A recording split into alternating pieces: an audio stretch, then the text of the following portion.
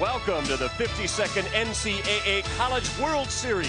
Today, 8 teams begin the journey to a national title. Holy cow! Make the catch at the wall. Strike 3 call. In Omaha, you need focus, determination, and effort. But to win it all, you need destiny to spin in your favor.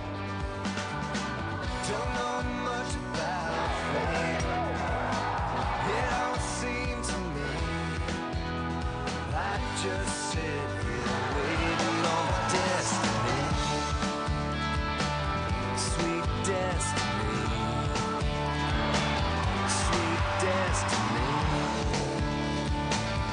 Baby, come to me, yeah.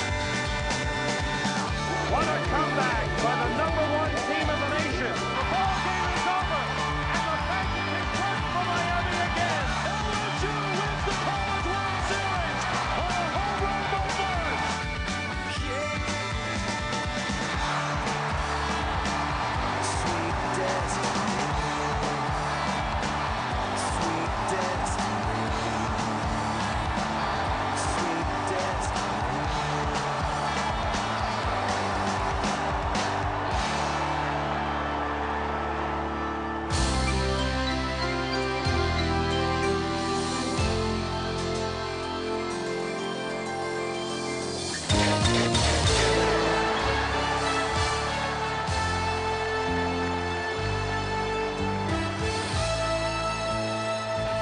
The road to Omaha ends here at Rosenblatt Stadium in Omaha, Nebraska. We get things started with the Arizona State Sun Devils, seeded 6th against Florida State Seminoles, seeded 3rd. It is an 8-team field. There are 8 roads leading to Omaha. Whose sweet destiny will it be? Our game tonight will be the pre-tournament favorite, the #1 overall team in the polls, Miami, against Long Beach State. That's on ESPN2.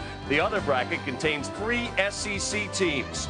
And that includes the #1 seed in this tournament, Florida, against dark horse Mississippi State. The earlier game in that bracket is USC against LSU. Hello, everyone. Gary Miller and Harold Reynolds with you. It's our honor and our pleasure to bring you the College World Series. And Harold, we've heard a lot about Florida State and J.D. Drew and his draft problems, but it doesn't seem like Mike Martin had too much problem replacing his bat. Well, you don't really look to a freshman to lead you, but this young man, Matt Diaz, the right fielder today, work ethic is the key to this man. He didn't have an opportunity to play coming here. He worked his way into the lineup. Look at the numbers he put up in the region. You're going to see lightning and thunder come out of this bat. Well, 4 of those 7 home runs came in one game. So he's a guy that obviously Arizona State has to fear. They won't have their #1 pitcher, Ryan Mills. He had to pitch Monday in the regional because of weather. What about today's starter? Well, Phil Lowry, the main reason this young man is going today is he wanted the ball. He said, give it to me. I want to go get him. Well, Phil Lowry has got a tough lineup to go against, a team that just unloaded in the regional, but he appears to be ready for it. A battle of lefties, Arizona State and Florida State, the opening game of the World Series after this.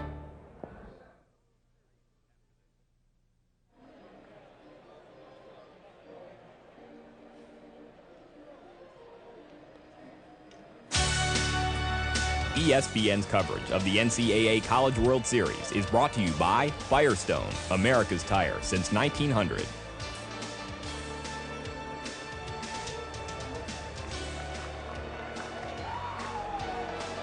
Hello, everyone. Welcome to Rosenblatt Stadium in Omaha, Nebraska. We're just about set to open the 52nd Annual College World Series. Arizona State against Florida State. And we'll give you the lineups for the Sun Devils of Arizona State as Florida State takes the field. Willie Bloomquist will lead off and bat, play second base. The switch hitter, Rudy Arguelles, is in center field. I'll tell you a lot about Rudy as we go on through this game. He's a scrappy player and an interesting story. Michael Moreno is the key to this lineup. Michael's their big-time hitter. He's a right fielder. And then it's the cleanup hitter, third base, Andrew Beinbrink. And a couple of changes. It's not exactly the same lineup that Florida State faced in Arizona back in February. Casey Myers is the DH. He's batting .385. He's one difference. Another difference is Jeff Digger Phelps. He's at first base. He's a right-handed hitter. And then a little bit of a change for Coach Pat Murphy. This was his toughest decision. He's decided to play left-handed hitting Dustin DeLucchi because he had such an outstanding regional. His average doesn't show it. Greg Halverson's a big guy who he also feels is going to swing a hot bat and hurt the left-handed pitcher. And then there's Michael Collins, his shortstop, who will clean up the lineup, and he's batting .283 on the season. So Arizona State comes into this game with a overall 38-22 record. And Harold, this is a team that we see has a 314 batting average as a team, but they got some speed. Well, very interesting. The top 4 hitters in this lineup here all have the green light, which allows them to be very aggressive. Pat Murphy loves to play an aggressive style ball game. One thing that's going to change that, though, is we got 2 lefties going this game, especially for, as Pat Murphy tries to run, he likes to play that style, but Wes Crawford might negate some of that. Well, Crawford's a left-hander that throws a real hard sinker down and away. Look for a lot of ground balls today. He'll go to the changeup as his out pitch, but he'll be around the plate. And when the pitcher's around the plate, you might see a lot of hit and run. Wes Crawford pitched very well in the regional, came on strong at the end of the year. He did pitch against them and beat Arizona State in February out in Tempe. Crawford doesn't remember a lot from that game. You see his numbers pretty good, his innings to hits ratio, especially in college baseball. If you've got more innings than hits, you're doing pretty well. Yes, you are. Well, it's interesting you're saying he doesn't remember a whole lot. A lot of the players don't remember facing him before either. Willie Blomquist, .413 with a .523 on base percentage. He starts off trying to get his way on. That's the kind of team that Murphy has, Harold. They play aggressive. Well, they play aggressive, and they're going to come after you. Right here, Blomquist tries to drop the bunt in this situation. He's a guy who's going to bunt the ball. He'll hit the ball, gap the gap for you. They're going to do anything they can to score early, try to put the pressure on Florida State. Blomquist, the catalyst for this team. Crawford misses, so we're even at 1-1. Well, there's that sinker right there we're talking about. Right now he's been working inside. The bunt was even a pitch that was inside, and we'll see what he does here on this 1-1 pitch. And it looks like we've got a strike zone that's set up a little generously to start off. The college baseball zone is going to be a little bit bigger than most people are accustomed to at the major league level. So Crawford ahead, 1-2. Goes off speed, and Blomquist slaps it up the middle. So the opening batter of the World Series, Willie Blomquist, shows you why he's a .413 hitter. We told you they could stick. These guys can stick. Now he hit that ball to center field. Let's set up the defense that they'll be attacking. It's Crawford and Jeremy Salazar, who's a good defensive catcher. He may be tested today. Jose Zabala is at third, Brett Groves at short, Brooks Badeau at second, and Kevin Cash, who had a pretty good series against Arizona State in February. Brian Cox, Matt Diaz, and Carl Jernigan in the outfield. With a man aboard who's Rudy Arguelles against Crawford, who throws over right away, and we saw the third baseman charging in as well, Harold. So they're expecting some situational play. They're expecting, they understand that Arizona State is a very aggressive ball club. Right there also, you have the pitcher throw to first. It gives you a look as a middle infielder to see if they're going to bunt or what they're putting on. Crawford gets the outside corner. What I mean by that, Gary, is when anytime you got a left-handed pitcher and he throws a ball to first base, as the middle infielder, particularly the second baseman, because your job is to go to first and cover, you can look directly at the hitter to see if he tips off a bunt. Crawford throwing over again. Same thing right there on the 0-1 count. They went ahead and that's called from the bench. Throw the ball to first base. Let's all look and see what the hitter's going to do. Most hitters, if you're going to bunt, you have to go ahead and show it early. Bunts it right to the first baseman, who goes to second to get the force, and they got it. So they keep the lead runner from advancing. Arguelles got a little too much on that bunt and made it an easy play at first base. Well, Cash comes in here and plays this just beautifully. Watch him all the way now. And this is set up on the pitch to throw over to first base because he knew immediately that they were going to be bunting. They were charging before he even had a chance to square around. Look at him coming hard. The nice wheel and throw makes a perfect strike. So now we get Rudy Arguelles aboard. They wipe out Willie Blomquist, who was a top steal threat at 33 for 41 on the season. But again, we might expect them running. And Crawford starts outside on Michael Marino, who is the most dangerous hitter in this lineup. Led the team with 10 homers and 52 RBIs at 138 total bases.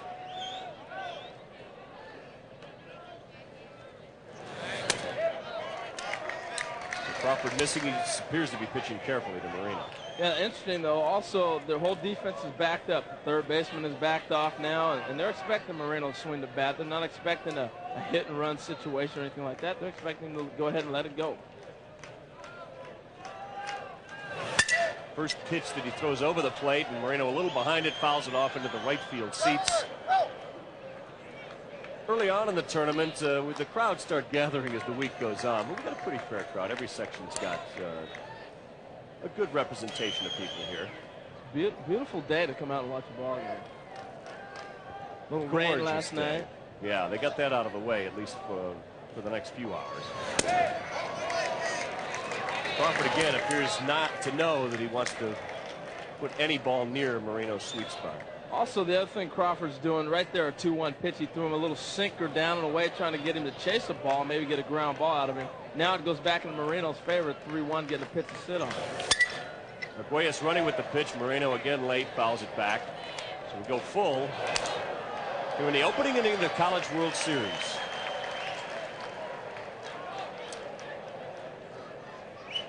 Waiting on deck is Andrew Beinbrink, as Arizona State would love to capitalize early. Florida State's biggest inning is the first inning. And so he knows they're going to need some runs today, does Sun Devil coach Pat Murphy. Crawford on the 3-2 pitch. Moreno swings late, hits behind the run. They're still going to try and get the lead runner. A little late on the relay. Well, that's what that left-hander right there will do for you. Mike Martin's electing to go with the left-hander today to negate Arizona State's running game. And meaning by that right here, you see the runner is not running. He ran on the 3-1 pitch, and he wasn't running there. If he's running, you got to go ahead and go to first and get the force. Now you got a runner in scoring position. As a result of him not running on that 3-2 pitch, you're able to get the force at second to keep that runner out of scoring position. So Mike Martin's team, as you see him, we talked to him a little bit about the signs, Harold, and how he would play this Arizona State team defensively. Oh, that ball is crushed, but foul. Ahead of it is Andrew Beinbrink, a .321 hitter who really leveled that pitch from Crawford. He led the team in RBIs with 77. Beinbrink here, Gary, we'll get back to what you're talking about with Mike Martin real quick, but we'll talk about Beinbrink while he's up here. He's one of the guys who's going to go very high in the June draft coming up. Scouts love this young man. He's an All-American, and he's a big, strong, solid kid, great arm, good range. He brings a lot of things to the table. Crawford keeps the runner over. It's now Michael Moreno. So the first batter of the game, Willie Bloomquist, hit a hard single to center, but they've wiped out the next two on good defensive plays in the infield. Beinbrink with an 0-1 count. Crawford misses outside. But Gary, it's interesting you're talking about Mike Martin, the coach over there at Florida State. He likes to control. He calls his game. He is the one who makes the calls to that catcher and lets him know that this is the pitch I want. This is the situation we go on. Goes soft on that pitch and dinks it in front of the right fielder for Florida State. Matt Diaz is one of their best hitters as well. So they're peppering away little by little here. Not exactly what we expect from Beinbrink here, but he goes with the pitch. Well, it's a beautiful swing. You know, you got a pitcher that's going to pound you away. You take what he gives you. He jerked the pitch inside already, so you know he's going to go back out away, and he stayed with that ball and drove it right field very nicely. As we mentioned, Arizona State would love to get on the board early here because they expect Florida State to be putting up a lot of runs offensively. Defensively, FSU is on the outfield grass at short and second. Crawford now with 2 aboard and 2 outs in the opening inning and facing Casey Myers, a guy that was not part of their lineup the first time these two teams met in February in Tempe. And in that series in Tempe, Florida State won on the road. Harold, they're playing very deep in the middle infield. Well, you want to play deep so you can knock a ball down, just keep it in the infield. That's what they're thinking about. Casey Myers in the 1-0 pitch, a little dribbler, plenty of time for that. And he puts 2 aboard on 2 hits. But Florida State is able to wipe them out. And so Florida State has held Arizona State scoreless as Pat Murphy's team will now go on the defensive. Before we set their positions, we got a 3-member team here in addition to Harold and myself. Dave Ryan is wandering around Rosenblatt Stadium. And Dave, we showed Mike Martin quite a bit in that first inning. What's going on down there in the stands? Well, Gary, thanks a lot. All the Florida State players and coaches we talked to this week, going back to a certain part of the season very early on when things really turned around for this team. The club was not playing well through the first couple games of the year, went on a 10-game road trip, which ironically started out at Arizona State. Before that first game of the series, volunteer assistant coach Mike Martin Jr., the coach's son, called a players-only meeting. For more than 2 hours, they got all their frustrations out into the open, and it really worked out well because they went on and swept the Sun Devils in 2 straight games, and since then have had a pretty good year, Gary and Harold, getting themselves all the way to the College World Series here in Omaha. All right, thanks a lot, Dave. We'll be checking with you throughout the game, giving us some sidelights on these players. There's a lot of interesting stories. Let's see Florida State in its entirety before we get to those. And Brooks Badou. And you might notice from his name, he's a Louisiana native, hitting .238, but he's the table setter for this team. Then it's Jose Zabala over at third base. He's a switch hitter. Zabala is one of the strong hitters on this team. As you can see, they have a team average of .309. A great clutch hitter is Brian Cox, who plays center field. He moved over there to replace J.D. Drew. His average near 400 now, and most of that has come in the conference tournament and a great regional tournament. He continues to raise his average. Jeremy Salazar is a World Series veteran. He's a .500 hitter in his 8 World Series at bats. He's catching. And then we've got Matt Diaz, the guy who we showed you in the pregame with 7 home runs during the regional. He's the right fielder. Kevin Cash at first base, who likes to hit lefties. That's one of the reasons he's in there. Carl Jernigan, who has a little bit of speed, although Florida State won't run a lot. Brett Groves, mostly a defensive player at shortstop. And then George Otero. This is a hunch that Mike Martin is playing. He's only batting .207. He's batting 9th in the order, and the man he'll be facing is the guy we also talked a little bit about, Phil Lowry, Harold. Well, Phil Lowry's a guy who had a couple arm surgeries out of high school, has bounced back, and once again, another left-hander. The stats do not indicate what he is capable of. He's going to be another high draft pick, but he'll come after you with, he's a power pitcher. He'll come with a hard fastball, go with a slider and a change. Lowry, if you look at that hits to innings pitched again, he's even more impressive than Crawford, and a lot of strikeouts for this guy as well. We can look for him to bring some heat. His first pitch, 81 miles an hour and high and inside. Brooks Badou does not impress you with his numbers, but he's a versatile hitter. He faked the bunt there and takes a strike. It's 1-1.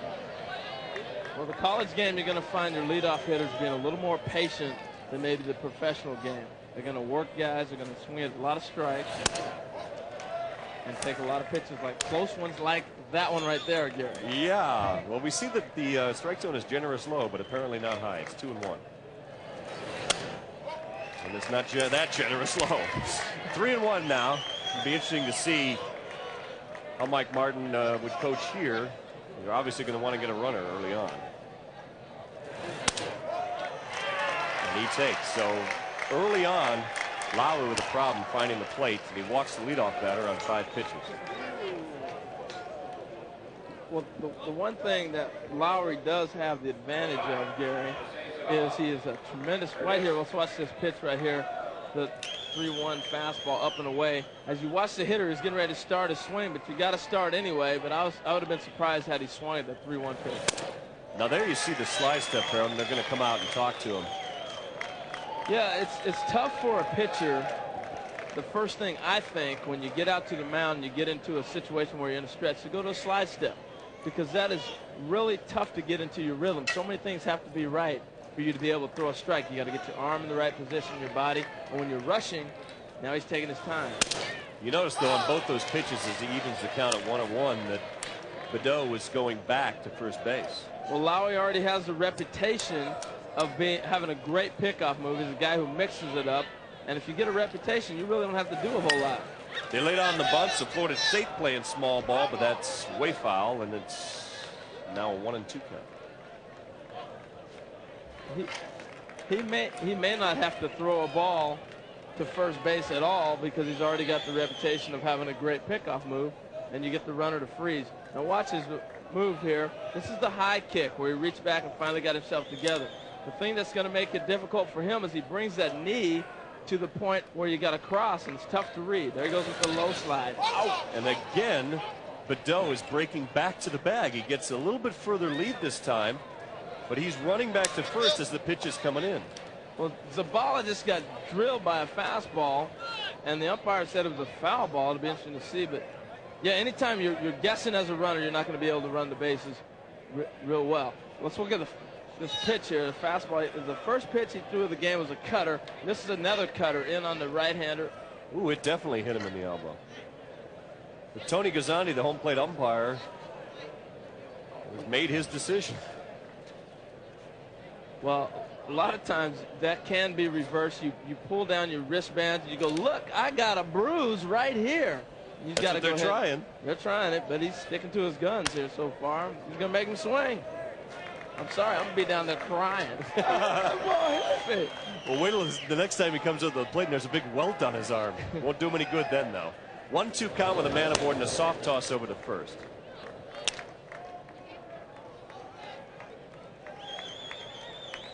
So it could be an early turning point here. They could have 2 runners on, nobody out for their 3-hitter. Instead, we got a 1-2 count on Jose Zavala, who may later in the game really feel the effects of getting hit on the elbow there. Another change of pace. Easy fly ball to center field. And they are a little late getting back. You know, Brooks Perdue, for the guy that really sets the table at Florida State, has not really impressed me with his base running in the first inning.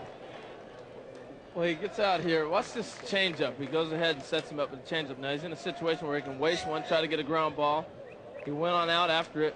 He just went ahead and extended his lead a little bit, Gary, and made him go ahead and test him, throw it back.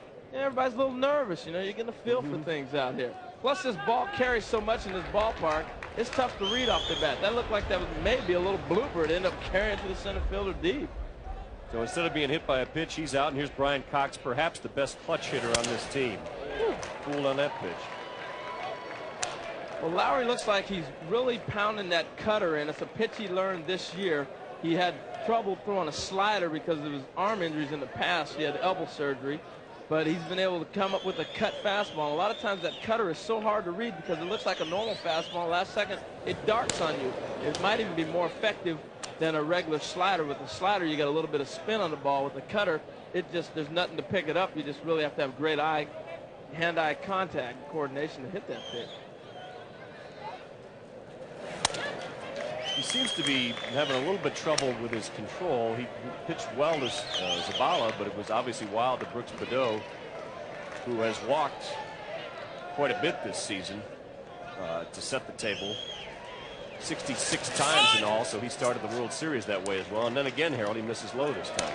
Well, a little change up there in the dirt. He's still trying to settle in. You know, they've never played on this field. He's learning this mound. He's got a little nervousness. Watch Alverson here. Drop down and block this ball. It's just a nice piece of blocking the pitch, keeping it in front of him. But everybody's settling in, Gary. It's the first inning.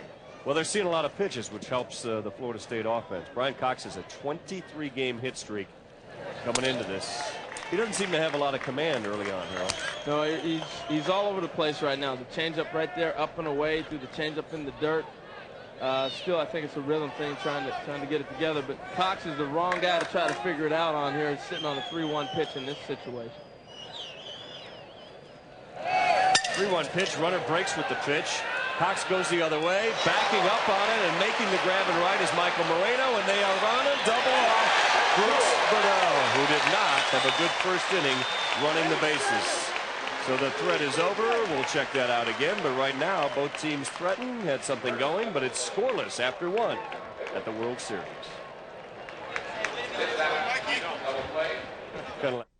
The 52nd College World Series is underway. They're filing into Rosenblatt Stadium. Great matchup for you, Arizona State and Florida State. Let's take a look at how the opening inning ended for Florida State with a little bit of bad base running. Well, Gary, I don't understand that one there because he actually took a glance in to see where the pitch was going. Once you get in no man's land, you just go ahead and keep running, but he didn't read that real well. Well, I guess when the guy's got a 23-game hitting streak, you think it's going to fall in. But Brian Cox will have to wait till at least his next at-bat to extend that. As Arizona State's ready for its second crack around. Casey Myers, the designated hitter, will lead things off against... Actually, this is Jeff Phelps, the first baseman. And the first pitch from Crawford is a slow outside pitch. 1-0. It looked like Lowry struggled more than Crawford, but Crawford actually threw more pitches than Lowry in that first inning. Ball is hit with authority, but late and fouled off to section D and almost got over to that encased area on the third base side. Hey, nice. There's a souvenir, the first one of the College World Series. 1-1 count to Phelps. Hard grounder up the middle. Look out, Easy play at short. And Brett Groves retires the first batter here in the opening of the second inning.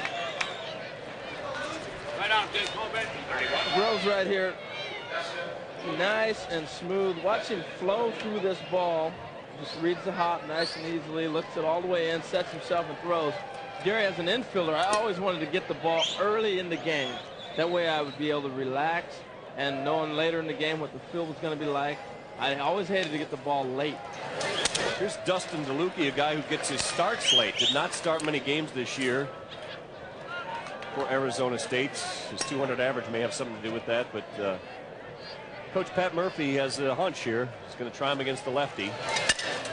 He hits a chopper that could be trouble in between Cash and Crawford, but Cash comes over. An outstanding defensive play, great hustle, and Cash makes the play unassisted as he grabs DeLuca in the baseline. Yeah, Cash showing a little bit of athletic ability right there to come up, snatch that ball, and make the tag. It's a tough play. It takes one more bounce. It's going to be a base hit. So he gets this thing before it bounces. The grass is really high here, and the ball dies. If it has to bend down any further, he's not able to come back and tag this guy. It's a very nice play. So after giving up a couple of hits in the first inning, Crawford is working on a 1-2-3 inning. His first pitch to Greg Halverson is low for a 1-0 count. So the bottom of this order, I guess Pat Murphy was kind of straight with us when he told us don't expect much after the top 6 guys. But look at this, a rip by Halverson, just foul. Well, the one thing he did say is, I'm starting Halverson today because I'm hoping he can get into one. And he got on that pitch and just pulled it foul. But watch here, as he starts his approach, you see him pull his body open, and that's why he ended up pulling that ball foul instead of being able to keep it straight. Salazar set inside, but Crawford didn't come inside far enough. Now he goes outside, and it's 2-1. So now he goes back to sitting on a pitch. You see him move up a little bit closer to the plate right there. And so he's sitting on something inside, Gary, looking for a charge. Apparently that loud foul ball got into Crawford's head. He is being much carefuler now with Greg Halverson. 3-1 pitch. You can usually sneak up on him for one swing, but you got to get it fair. It's the outside corner on that pitch. We're full. Halverson, a catcher himself, knows what he thinks the strike zone should be, and already it's been an interesting game for home plate umpire Tony Gazandi. Full count pitch with 2 outs in their half of the second. Arizona State's Halverson, a nice pickup at second base. And all 6 outs by Arizona State have been ground ball outs, and that has been the secret for the Florida State Seminoles that come for their second attack after this. Nice pick. Oh, come on, lighten up. It's the College World Series. How many kids your age get this chance? Gary Miller and Harold Reynolds with you. You could either be an Arizona State fan or a Florida State fan or a fan of offense. We are scoreless as we go to the bottom of the second here at Rosenblatt Stadium, the Mecca for college baseball.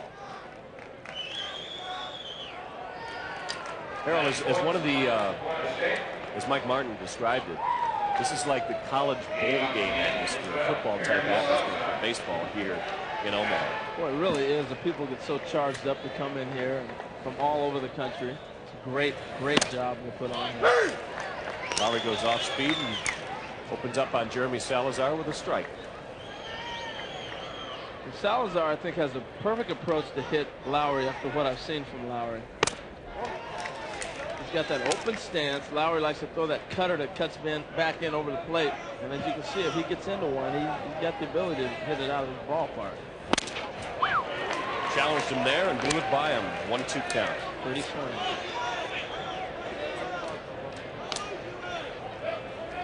Right here, see where he's set up, but this is the one pitch he's going to have a tough time hitting, is that pitch away. Now he goes off speed again and missed with that, and it's 2-2. The one thing about having an open stance is when you come back, if the ball's away, you got to go even further to compensate for that opening. But most guys that open their stance are looking for a ball inside. He wastes one low. Now he's moved the count full. Oh, Phil. You know, if I'm looking at Lowry, even how he stands right there, he reminds me of Billy Wagner from the Astros. Looks for a fastball in and strikes him out with some heat. Matt Diaz is coming to the plate, and what a regional Matt had. His slugging percentage is over 2,000. His dad tried to help him figure what that means. My dad told me I averaged a double per at bat, you know, and that's great and all, but the stat that really mattered was the 4 wins and the fact that we're here in Omaha. Right now I have a 0.000 slugging percentage and batting average and no home runs with no RBIs here at the College World Series, so it's time to start all over. Matt Diaz is starting off with a 2-0 count. He can pitch this guy carefully. He tied a Florida State and NCAA regional record. He had 4 home runs against Oklahoma on May the 23rd. Something else. And he's aggressive. Could have been a 3-1 count. Instead he chases a ball up and away, and it's now 2-2. Well, Lowry got the 2-0 pitch on a fastball that was a little bit off the plate. And as a hitter, Diaz now, he's a freshman. Gassed him and strikes out 2 straight batters. So he's still learning that strike zone, and the pitcher out here is able to exploit that zone. Gets him to chase one outside. Well, Harold, we talked about his batting prowess. Dave Ryan's got a little bit more about the background of Matt Diaz. Oh, Gary, that's right. Underneath that batting helmet, Matty Diaz has got a rather unusual bronze hairdo going. The origin of that is when it first came down that several Seminoles were going to dye their hair blonde. Matty's dad, Ed, you talked with Matty yesterday about his dad and helping out with the hitting. Well, his dad, Ed, caught wind of it, didn't want Mrs. Diaz to get any chance to see that on the television game for the ACC tournament. He said, Matty, you got to dye that back. So 5 dyes later and a burnt scalp for Matty Diaz. It's kind of a strange bronze, guys. Didn't really work out for him well at all. Matches his gold chain. Oh, he's not pleased. Did not work out in his first at bat either. It is sort of that old gold color for Florida State, though. That's player on number 39. Kevin Cash at the plate and made an outstanding defensive play. He's got a 2-2 count with 2 outs here in the second. He rips a shot, but it's right at Carl Jernigan, David DeLucchi, and it is 3 outs here in the second. So what we thought might be a hot offensive game is so far scoreless. We'll be back with the 3rd inning after this.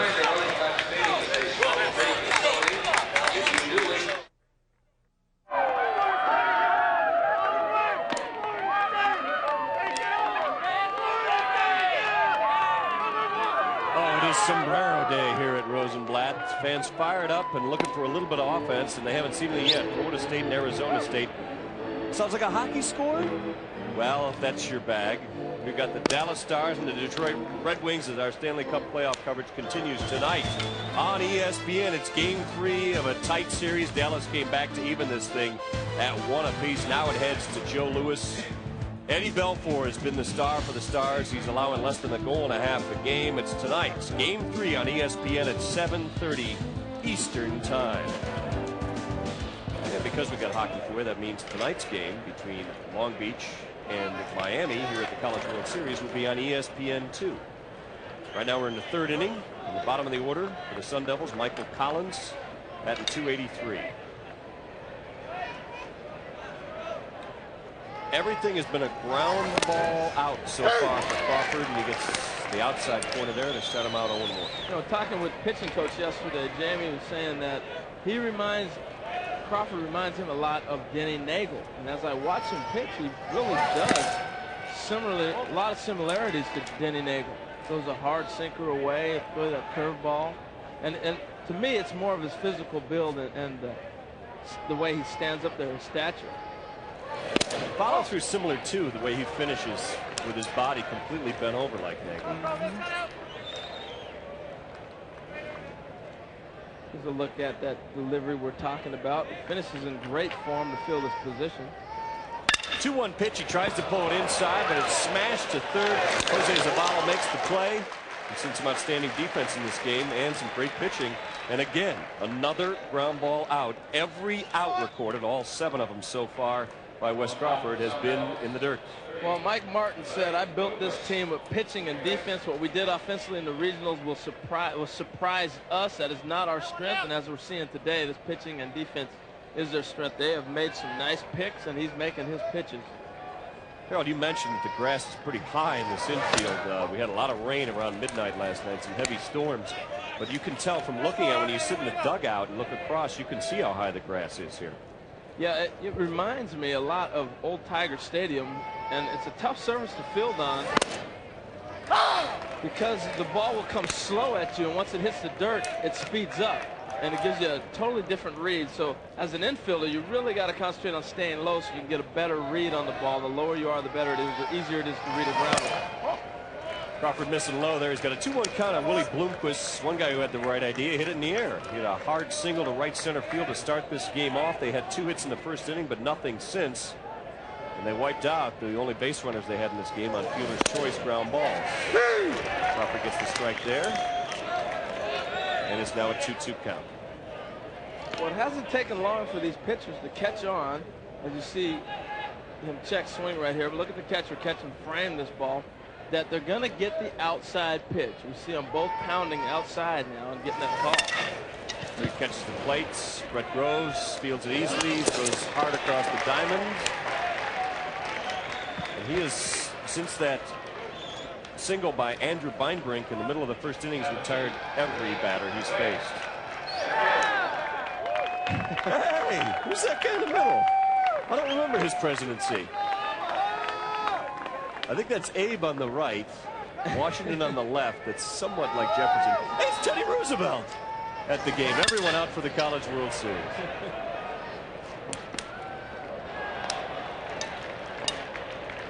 Well, Crawford, as predicted, was a hard sinker pitcher, and that's what they were going to stay with. Look at the ground balls, 8 ground outs. They're making contact, and that's what a traditional left-hander that's a hard sinker will do. He'll let you hit the ball, and he'll use his defense doing what he's supposed to do. Gets Rudy Arguelles off the plate there with an inside fastball, so it's 1-1. Then he jams him, and they call a foul ball. Gary, while we got Rudy hopping around here, you got to speak a little bit about this young man. It's quite a story. So I know this little bruise for him is not going to hurt him. It's going to take an awful lot to get him out of this game, but as he swings this hard sinker at his ankle. Look at that. Well, this is a guy who quit baseball for 4 years. He had to because of family problems. He had to support the family himself. He's 26 years old. He came back after an outstanding high school career. He worked in a rock quarry, busting rocks. He also worked in a box factory. So this is a tough guy. It's one of Pat Murphy's favorites because of his grittiness. It's one deep in the hole. Groves is going to have to throw across. Throws it high. A little too much arm. Kevin Cash made a nice play saving, and he thought he got the tag down on Arguelles, but Arguelles is listed at 5'9". I think he's about 5'7". He got under that tag. Well, Groves came up with a very strong throw. This is a very nice play, but like you said, a little bit high. He sets himself quick and comes up gunning. Cash makes a great play. He's really showing some athletic ability. It looks like he just snuck by him. Well, let's take a look again, Harold. I think he might have gotten him on the back before Arguelles got to first base. Here he comes down. And, of course, that's a very tough angle. And then it didn't even look like he touched the base. We got to see if the replay finishes that out. Yeah, it looked like he stepped right over the bag. So they've given Groves an error on that. And there's the spark plug, Arguelles, making things interesting right off the bat. First base umpire Dick Crunchy is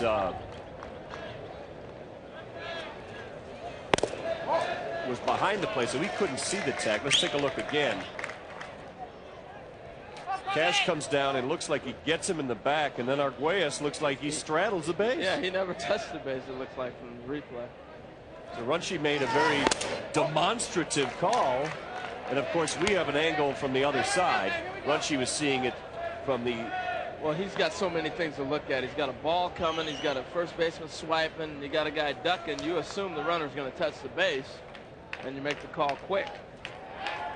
2-0 count to Moreno. Crawford's going to keep Arguelles honest over there. Now, remember, the top 4 hitters in this Arizona State lineup have the green light. So if Arguelles feels like he gets a jump, you're going to see him off and run. Got a good lead. Crawford misses high, and he's falling way behind on the most productive hitter in this lineup, Michael Moreno.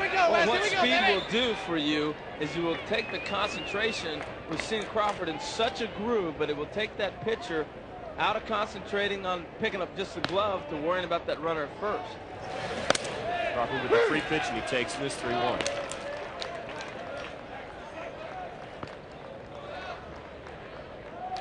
And Andrew Beinbrink and Casey Myers hoping they get a crack at this, but it'll take a 2-out rally against Wes Crawford. 3-1 pitch. Misses outside, and they're going to get a chance. Andrew Beinbrink's going to get to bat with 2 aboard.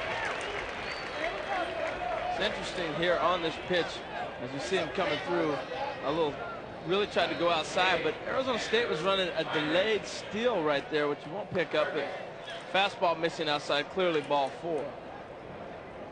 Just something to think about. A little delayed steal right there. As that ball's crossing the plate, he was taking off and not getting a great read, but a little delayed read. And we'll see if they do that a little later in the game, but definitely trying to start their run.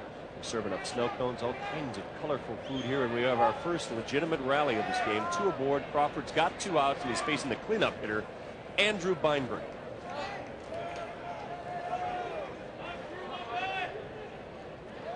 He singled. They had 2 hits in the first inning, and then they got nothing until that error by Groves. Crawford has gotten them to beat everything in, moving in behind the runner, and they've called a balk. Well, right there, I think the balk occurs because you caught the pitcher Crawford totally off guard. Second baseman tried to sneak in. You got 2 outs, and we saw the shot an inning ago with their infield playing all the way back a couple innings ago with 2 outs. Just want to knock the ball down. All of a sudden, the second baseman decided to sneak on in there. There you see Mike Martin, who's normally a very tempered, very spiritual man, but he didn't agree. But a little of the devil got in Tony Gazzandi. How about the ball carrier? I really haven't seen it. Right there. He stepped back towards the bat. Yeah, he didn't. It wasn't a smooth transition. That's why the umpire thought it was a balk. Anytime the pitcher steps off the rubber, He's got to throw.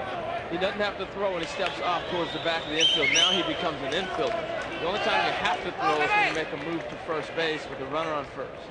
Other than that, you step off and you become an infielder. You can just hold. So that wasn't a ball. I didn't think it was a balk, but he stumbled, and so it made it look like it wasn't real natural, and that's probably why the umpire called the ball.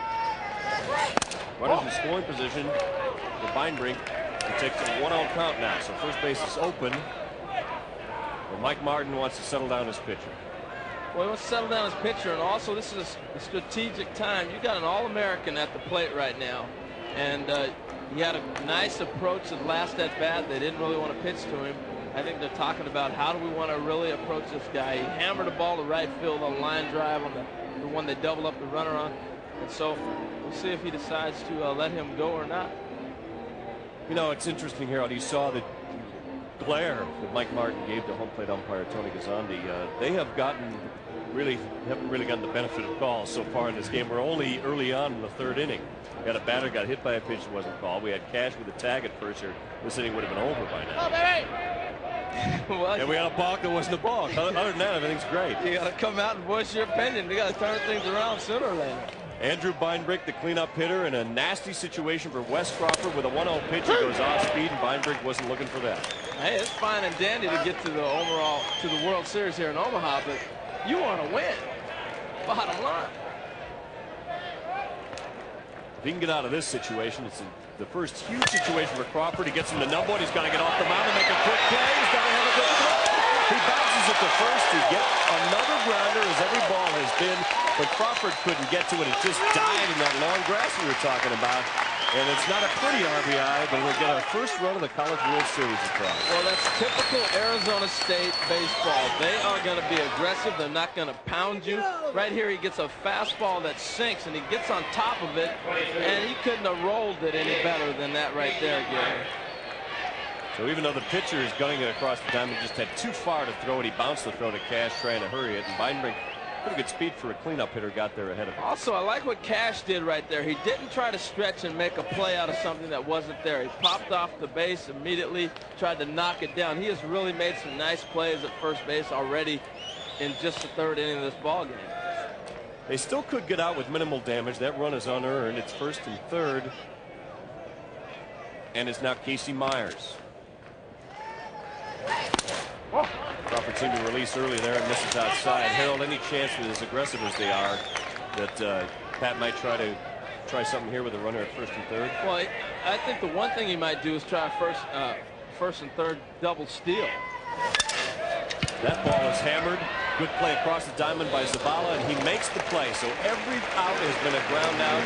The only run of the game has scored when Rudy Arguelles reached on an error by the shortstop. Arizona State up 1-0.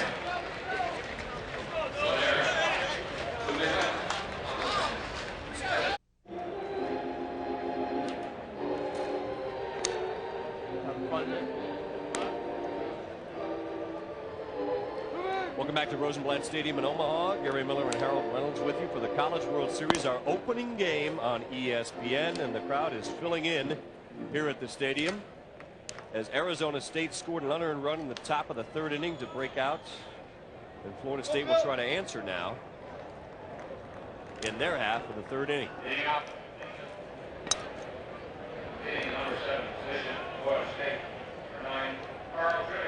Carl Jernigan, the left fielder, will lead off. He's the 7-hitter. Mike Martin's team. Jernigan an even 300 on the year, 5 homers, 42 RBIs, facing Phil Lowry. They're going to try and get something going. Nice ball down the 3rd base line. The charge and the throw late by Beinbrink. And Martin going a little bit out of his textbook. Well, you got to make things happen, and I think you play to your elements. It's high grass here at the ballpark. You got to go ahead and use it. Nothing like the element of surprise. Drop the bunt here. Just look at his approach on this bunt. It's the last second, drops the ball down, but Beinbrink really makes this a close play at first base. He comes in with the nice bare hand and just throws a BB. As that ball started to fall off, Gary might have had let that go. It would have gone foul. I wondered about that. There was really no way he could get the runner. Jernigan's one of the faster runners on Florida State, so he's aboard the tying run now as Lowry faces the number 8 hitter, Brett Groves. But Jernigan gets a great aggressive lead, and then on first movement he went ahead and went back. A lot of times what college teams will do with a pitcher that has a great move is you're going to move first movement. You're either going to go to the plate, back to the base, or you're going to go to second. You see him move back towards first base again. That's what is called first movement. The first thing that he happens to move right here, he's got his mind made up that I'm going back regardless. So he's already making that. So a little safety move is what it's called. When he's going to run, he's going to do the exact opposite. As soon as he moves the first part of his body, he's going. And you're just guessing that he's going to throw the ball home, or you're going to beat the throw from the first baseman to second. Jernigan's 10 for 18 on the year in steals. If Martin's going to do something, it's one of the guys he'll do it with. Oh, that pitch almost caught Groves in the foot.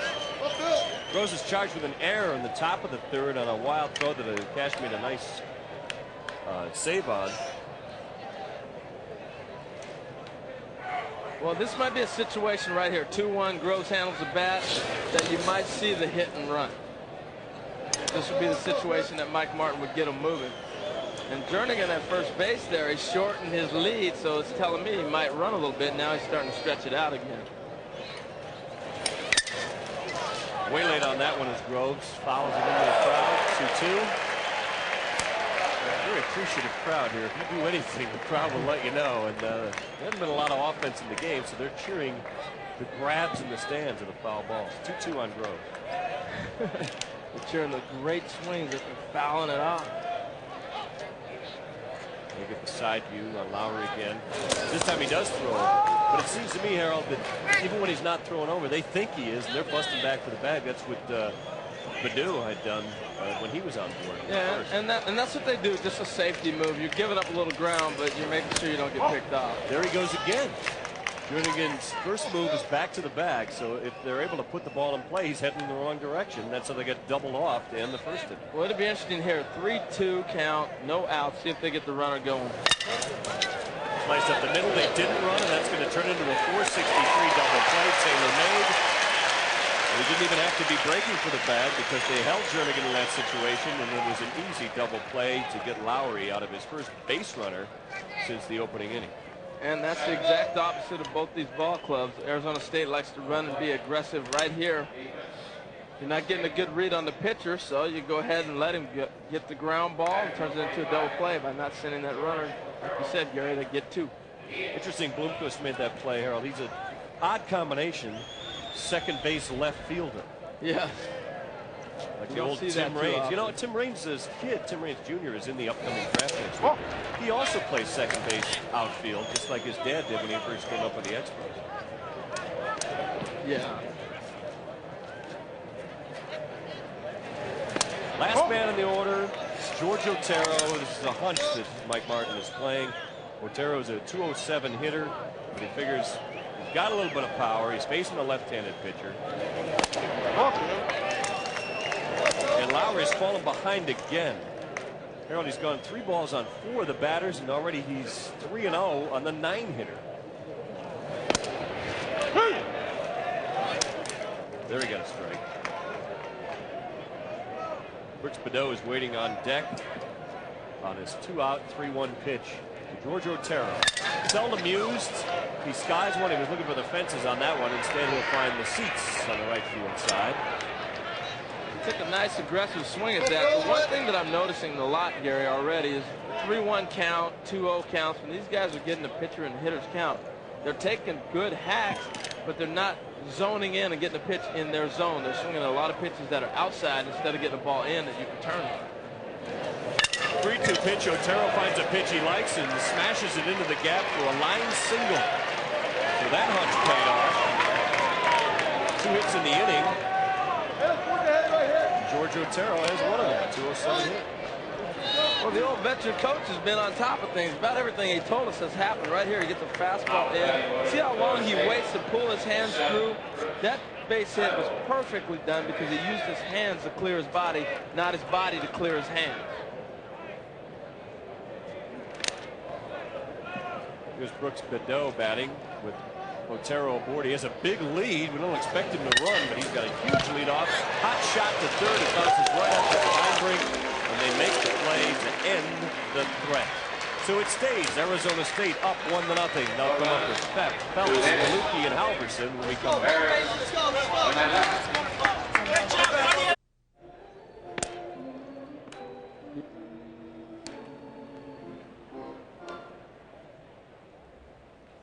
Game 1 of the 52nd annual College World Series. Arizona State scored last inning. They're up 1-0 over Florida State. Florida State, between the innings, was out there on the diamond stretching. And Dave, what are they up to out there?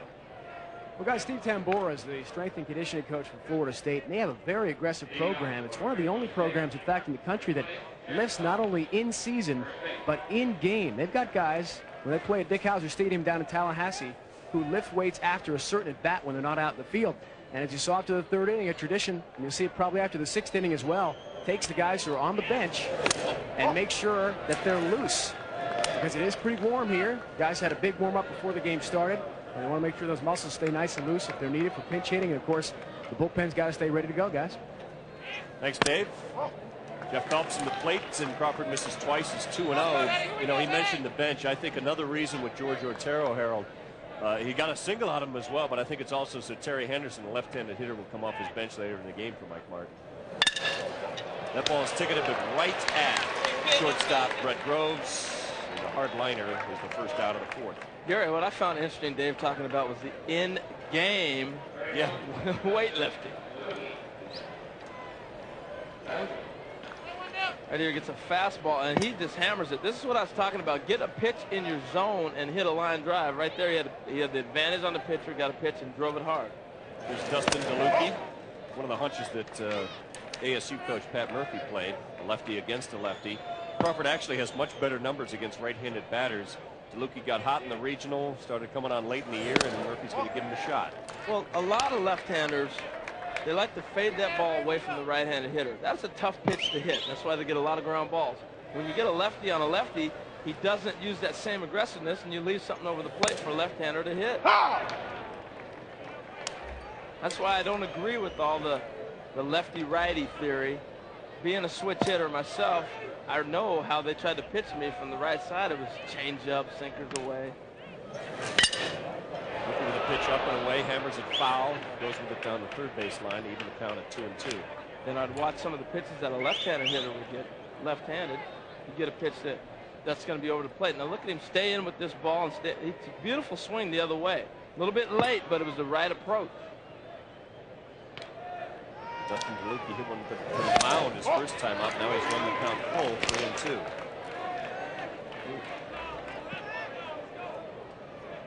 Actually, that was a play that Cash made. That was the nice acrobatic play to get DeLucchi, who tried to duck under. That ball he tops, but it's going to fall in for a base hit to center field on a 3-2 pitch. Up in the zone, and DeLucchi just pounded it into center field. Well, Gary, he took that 2-2 pitch as if he had seen it and saw the ball clearly out of his hand nice. He laid off it. So 3-2, he knows he's going to get a fastball, and this is just a pretty stroke. Gets right on top of this ball. Look at his hands come down through the zone, drive it into center field. When you hit a ball to center, you're doing about everything right that you can possibly do. He was on either way. He swung at ball 4, but he's aboard for Greg Halverson. Arizona State nursing a 1-0 lead with 1 out, and the runner going with the pitch. Had a good jump, but Halverson fouls it back off to the first base side. Well, again, the element of surprise. Halverson, the first time up there, he got a fastball inside, and he pulled it down the left field line. So you're not thinking this guy's looking to hit a ball the other way or possibly hit and run. So what do? They put a hit and run on with the guy who's hitting 212. He got a pitch outside. He just fouled it off. Element of surprise. You got to surprise the opponent. Luke is going again. Halverson hammers it to left field, hit it hard. And Arizona State has something going with 1 out here in the 4th and already holding a 1-0 lead. Well, they're making it very clear they want to run. And Gary, he was running right there on a delayed steal. He doesn't start right away, and you catch everybody off guard. The element of surprise, and he happened to get a fastball in and hammer it. But it takes a long time to take off. He gets the fastball down and in and drives it. The hitter's responsibility when a guy's running is just see the ball and hit it. Now watch how long he takes to go. He waits, holds, and freezes and goes. They're just anticipating that they're not going to be able to throw him out. He's going to get a pitch to hit, and he hit one on 0-1 count. That's being very aggressive. Here's Michael Collins. We can expect some situational play here as well. 1 out here in the 4th with a 1-0 Arizona State lead, looking to add to it off Wes Crawford. Collins will lay it down to third. Only one play to make. Jose Zabala throws it across the diamond, so he goes 5-3 both times, but this time he moves the runners up to second and third to try and add to this lead. And that wasn't necessarily just a sacrifice bunt. He was actually bunting for a base hit. Now, this is the difference in the college game. You're going to try to move a man up regardless. This is not a pitcher in the National League that's hitting with a 1-out situation, but this is a regular hitter trying to go ahead and move it up. Most of the times you want to see a guy swing the bat, but in the college game, you want to get back to the top of that order, and you got the leadoff hitter coming up who swings the bat. See if Willie Blomqvist will look at a few pitches. He singled to center his first time up. He grounded to short. Crawford already up to 62 pitches. He's got 2 aboard with 2 out here in the 4th. This one will get away. Gets past Jeremy Salazar, scoring easily from third base is Dustin DeLucchi. So hitting top of that single to center field has turned into an Arizona State run and a 2-0 lead.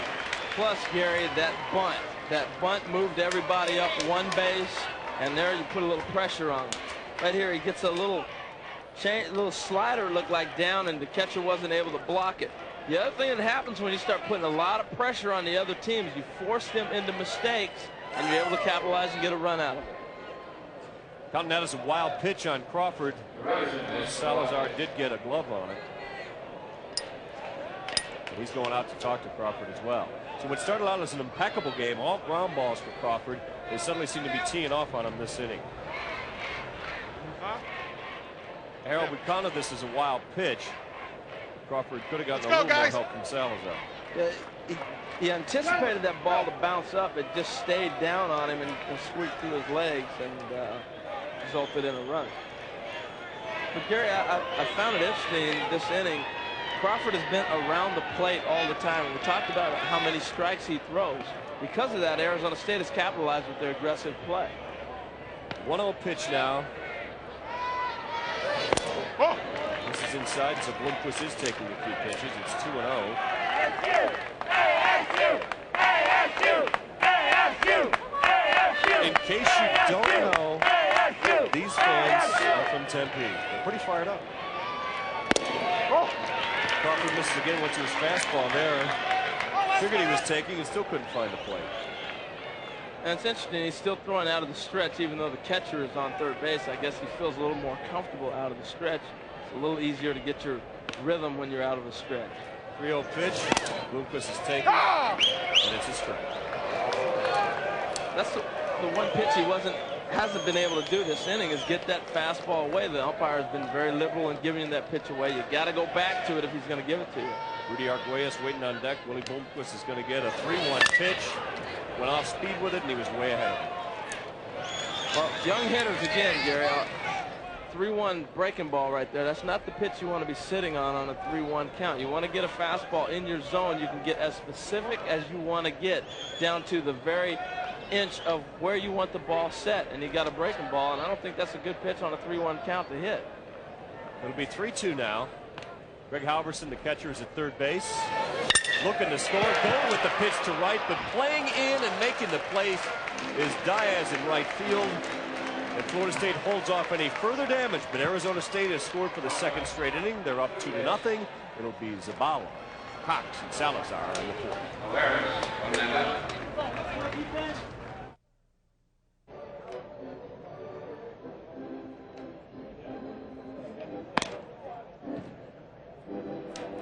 Game 1 of the College World Series, Arizona State with a 2-0 lead. For Phil Lowry, throwing the 2-hit shutout against Florida State, a team that came thundering out of the regional with just awesome numbers after they lost the ACC tournament to a surprising Wake Forest team that got into a regional by winning that. Here's Phil Lowry. Florida State beat him 6-1, but Lowry only pitched 6 innings in that game. He pitched well. He's on a pitch count. Yeah, he's on a 100-pitch count. Once again, still recovering from that arm surgery, but he looks healthy and strong today. He's reaching back, letting it go. 46 pitches, and he misses there low with a 1-1 count to Jose Zabala. I get the feeling, Gary, though, he might throw past that 100-pitch mark because he wanted the ball, and he's reaching back looking like, I'm coming after you, being a little bit of a bulldog, and he knows he's got a 2-0 lead, and he's throwing the ball very well. If they can get this game, they have their ace, Ryan Mills, available for Sunday's game. Mills wasn't able to pitch in the opener of the World Series because they had thunderstorm tornado warning in their Midwest regional. They had to play Georgia Tech on Monday, and so that forced Pat Murphy's rotation to be moved back a little bit, but Mills will be able to pitch on Sunday, so he walks him. Well, he got stubborn with his cutter here. He just kept going back with that cutter, and he just kept missing with it in the same spot instead of going back to that BP fastball he was throwing on a 3-1, 3-2 count earlier in the game. Could be trouble. Big leadoff for Zabala there. Brian Cox, as we mentioned, an outstanding hitter who seems to hit when they need him most. His hits are very meaningful for Mike Martin's team. He goes off speed to start him out. A nice block of the plate by House. Well, Gary, Zabala finally made it to the base. You know, he was hit by that pitch in the first, and the umpire said, no, I don't think that ball hit you. He went back and ended up going out, flying out on a ball. Finally has made it to first base. Brian Cox had hit that ball to center field that they doubled up Brooks Bedell on. Cox has got tremendous fundamentals at the plate. I was watching him swing in batting practice. He does such a great job of staying behind the ball. And what that does, it allows you to see the baseball and react to it with both eyes instead of getting out in front and your head starts to move. Pat Murphy coming out to the mound. You know, sometimes, Harold, his offense could be the detriment of his pitcher. They had quite a long inning there. Lowry was very sharp, but hasn't been this inning. Yeah, sometimes when you sit around and you don't get a chance to, you start thinking a little bit more. It looked like that last batter he faced, he thought a little bit more than he probably should have. Pat Murphy very concerned about Florida State's offense, and anyone who saw their gaudy statistics would know that they averaged 19 runs a game. Averaged 4.5 homers a game, quite a bit over their record. In 4 games, they blew it out, and Pat Murphy's well aware of that. First pitch back to Brian Cox, sky high. There's a very high sky here as well. We saw some teams struggling with some of it working out on Thursday. Yeah, the difference with today than yesterday, there are some clouds up there, so it gives you a little bit something to look at to read the depth perception. As a clear blue sky is awful hard. You don't have a whole lot to judge from in the background. He just missed that ball right there. I'm always interested after the coach comes out for a little conference. It's usually either a great outcome or a disaster. Usually no middle ground there. So that was either going to be a 2-run homer to tie the game or just what he got. Well, the conversations are what are so interesting. Sometimes the coach will go out there and tell you mechanical things. Hey, you're not getting your arm up. You're not doing this and that. Oh, that was a fat pitch. And is back. And it is deep into the left field seats. And that has tied the game. So it took a while, but that confidence in the mound has finally come back to haunt Pat Murphy. A 2-run blast by Jeremy Salazar. First time Lowry faced him, he struck him out, and there you see the Seminoles. If you missed the game introductions, they're all out there now. He caught a high changeup right there, Gary, and one thing Lowry has done this inning is he's been very stubborn, and he's not out of the woods yet with Diaz coming to the plate. Take a look again. This is not the spot he wanted it in. No, he got a changeup, and you can see that all the way out of his hand. He just left it out over the plate. Now he's got Diaz to contend with, who fouls out the first pitch. Florida State batting aggressively. There you see Salazar. It's his 18th home run of the year. And so they're right back in it on one swing. And, you know, we showed you what they did in the regional. Are they going to wake up? Well, as soon as we looked at the graphic, they may have been reminded of it. He does get a meaningless pop. So there's either all or nothing in this inning. Matt Diaz, the guy who hit 4 homers in a game less than a week ago, pops out to short, and he's also struck out. But Jeremy Salazar's explosion has tied this game at 2 off Arizona State and Phil Lowry. Here's Kevin Cash with 2 outs in the 4th inning. We're now a 2-all game. Lowry starts him off low and away.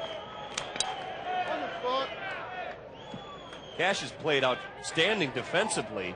That is not what he's known for, but he's saved a couple of runs in this game as well to keep it at 2-2. Well, very similar to hockey. You just keep shooting at the goal. Pretty soon you're going to score, and it's just a matter of time before this game started to loosen up a little bit. Lowry with a 2-0 pitch. Back to his fast stuff and makes the count 2-1. The contrast between the two pitchers is really interesting. He works really fast. He gets the ball and goes, and now he started the game off pounding everybody inside with the cutter, even hit one batter. Now he's gone back outside with the little sinker out. There comes back inside with the cutter. Trying to back him off. The count's full. We're all deuces. 2-2 count before that pitch. 2-2 game. We're in the 4th, but now it's full with 2 outs, and he strikes him out. A generous outside corner to end the threat in the 4th. But Jeremy Salazar with a titanic home run deep into the left field bleachers, the first in the World Series, has tied this game at 2 apiece.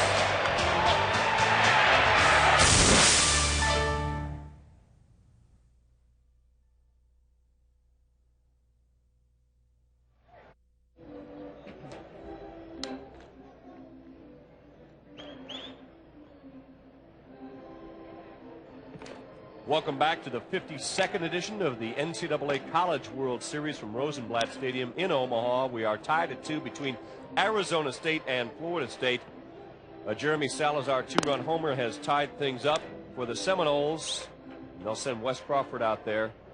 Reminder that tonight on ESPN2, the number 2 seed, Miami, the Hurricanes, who were number 1 in the polls, will take on a team that's known as the Dirtbags. So we have the class of the tournament against those down and dirty 49ers at Long Beach State. It's on ESPN2 at 7:30 Eastern tonight on ESPN2.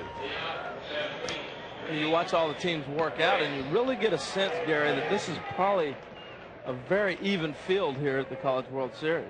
I think from getting to know the teams on Thursday, Harold, but we saw this as the tightest matchup. These two teams have a lot in common. Florida State opened up with a lot of thunder in their regional, but both these teams think they like to play smart, small ball, and play good defense. And Crawford is even the count at 1-1 with a fastball. And what's so different is the two coaches are so different. But they both dream of that. Mike Martin is very self-deprecating. Pat Murphy who had a lot of pressure on him with Brock and Winkles preceding him at Arizona State, especially with there's Pat Murphy now. It's funny in contrast, but these two guys like each other a lot. Oh, yeah. Even though they're very different in their approach. There's a hard line drive that just eats up Brooks Badeau at second base. Well, Badeau made a nice play earlier, and that ball is just smoke. That's just nice range to get there and knock it down, and if you catch it, you can catch it. But this is clearly a base hit as soon as it leaves the bat. You can see the rotation on that little changeup there, and it just drives and hits and kicks. He only got to that ball because it's a base hit all the way. In between on him. Brooks Badeau did everything he could, but it ricocheted off his glove, and the leadoff hitter is on. So right after they tied the game at 2, Crawford gives up a hard line drive that goes off the glove of Badeau and puts Rudy Arguelles, an aggressive runner, on the bases. And now here's Mike Marino.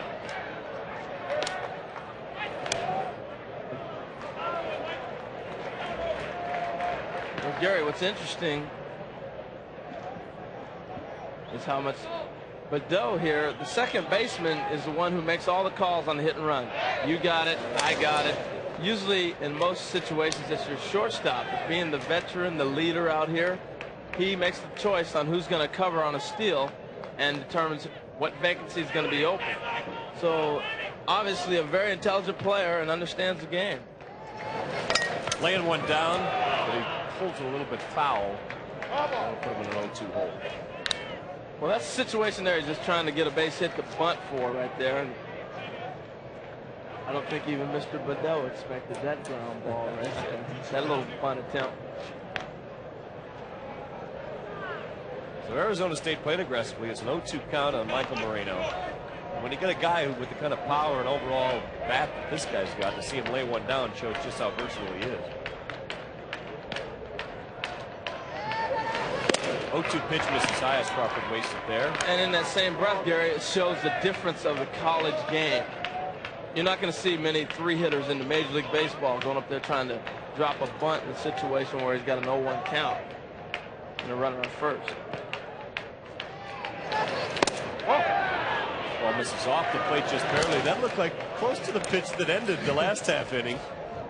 Well, the one thing you want from an umpire is to be consistent. And if he continues to call the same pitch, whether it's way outside in your mind or not, then okay, you can accept that. But what's scary is you get to the 5th or 6th inning, all of a sudden the zone changes.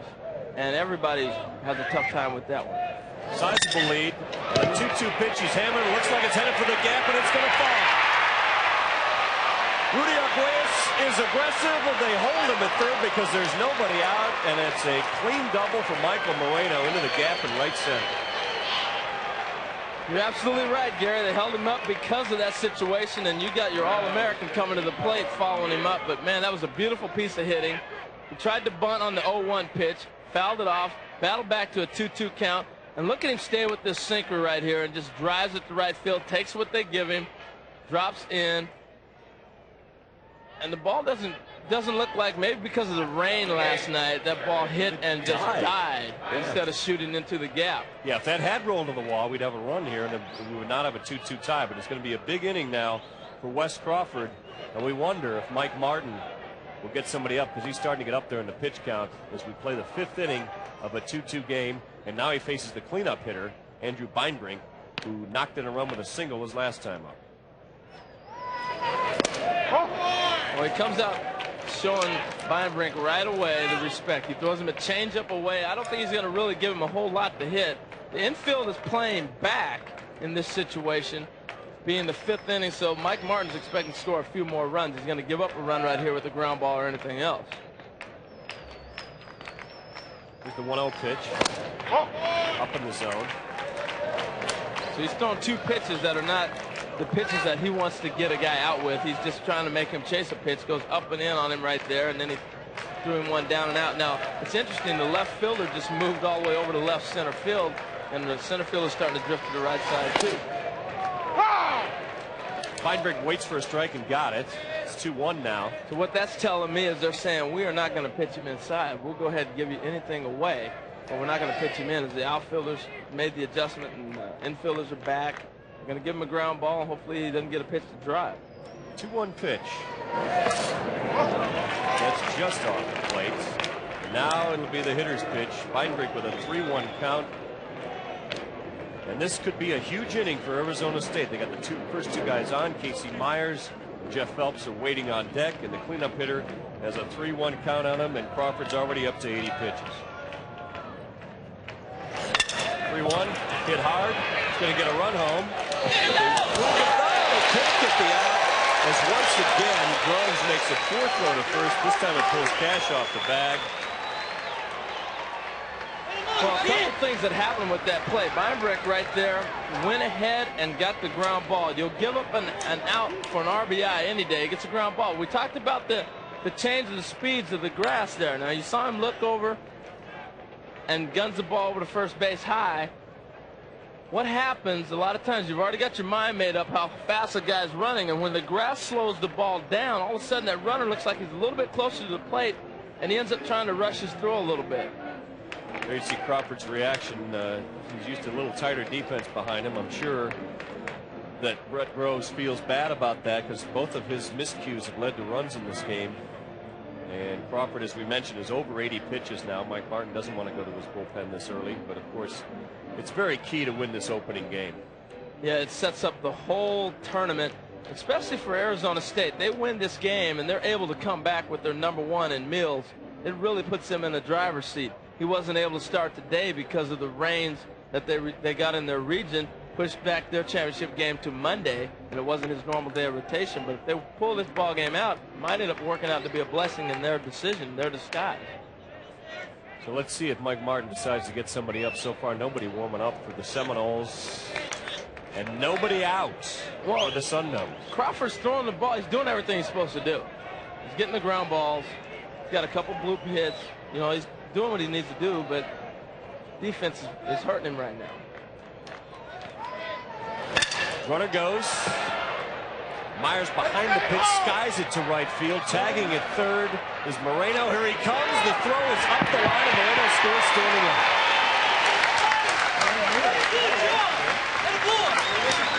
To me, that goes back to Beinbrink's ground ball.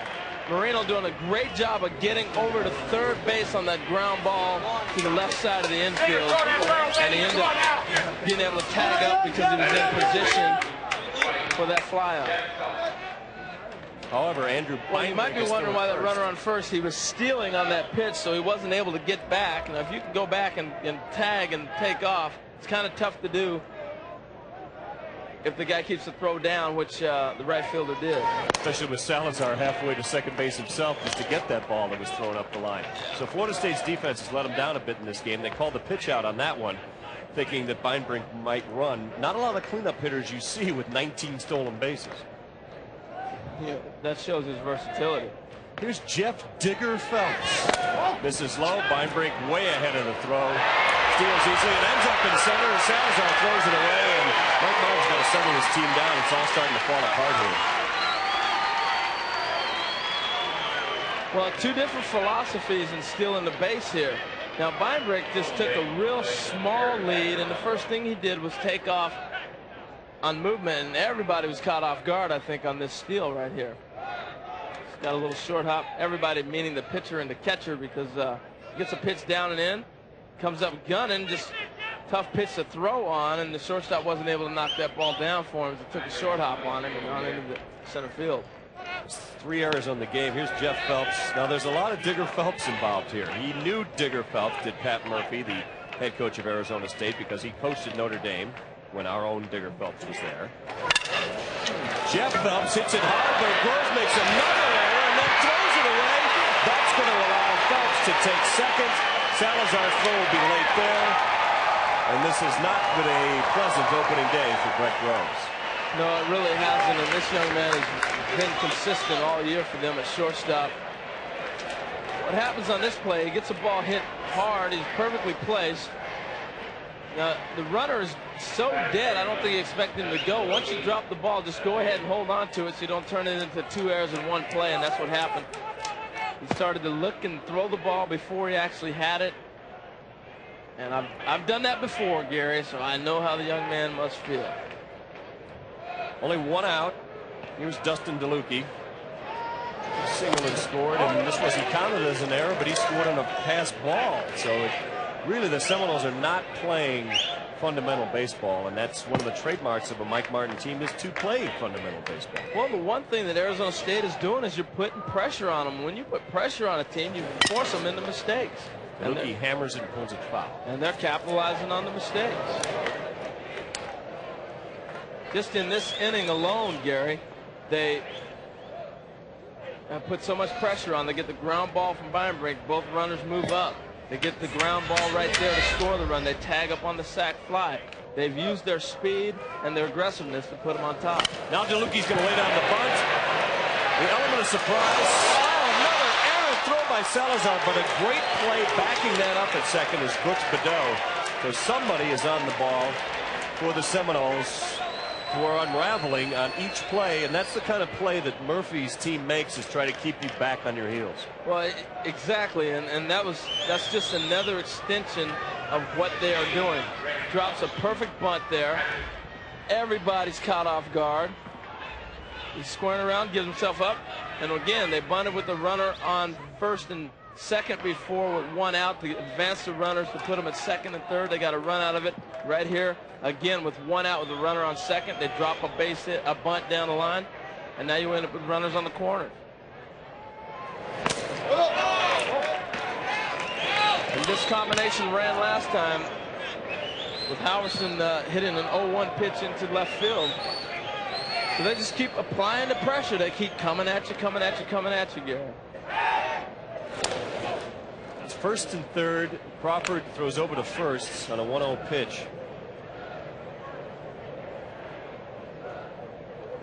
Lowry's trying to stay loose. Meanwhile, Mike Martin has gotten a man up in his bullpen as well, because things are falling apart for Wes Crawford and the Seminoles.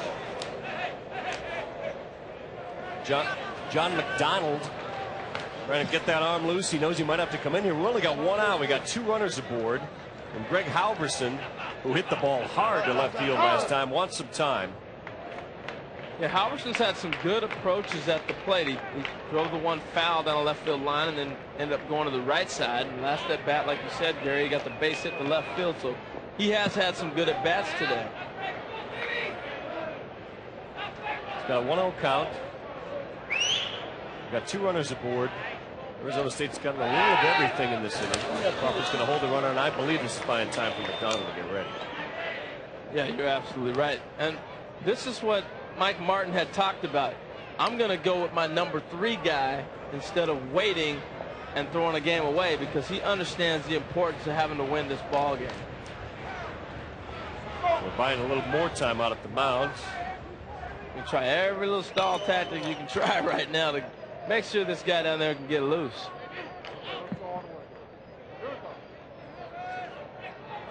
Halverson still with the 1-0 pitch.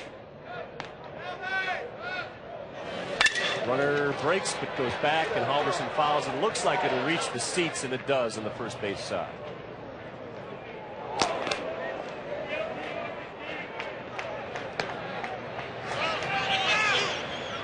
John McDonald getting ready in a hurry. This inning there's been 3 errors, 2 infield hits, so Crawford really hasn't pitched poorly. But the play behind him has really undone it. Here's a 1-1 pitch. That's in the dirt. 2-1. And that was the same pitch that Salazar let through his legs right there. So he learned a lesson last time also, blocking that ball right there. I saw Jamie Shoup down there with McDonald, the pitching coach. I think they're going to be moving in this situation, Garrett. That is hammered, and that's headed for the seats. A 3-run blast is putting this game to a comfortable margin for Arizona State. A titanic homer by Greg Halverson, and the Sun Devils are on their feet and giving high fives as David DeLucchi waits. Dustin DeLucchi waits at home plate for him. Speed, speed, speed. They totally took Crawford out of his game because of all the pressure they put on. His defense did fault him.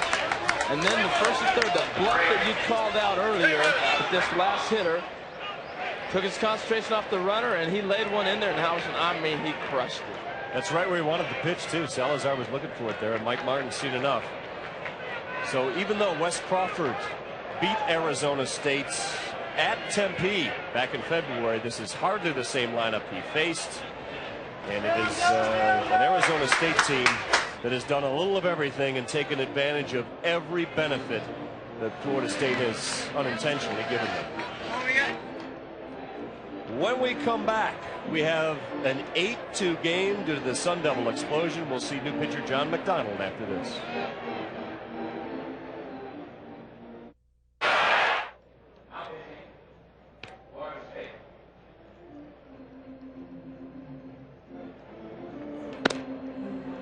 Back at Rosenblatt Stadium, Arizona State has broken an open. They're up 8-2 in the fifth, and it has been an inning in which the Seminoles, the third-seeded team in this tournament, have not played like it.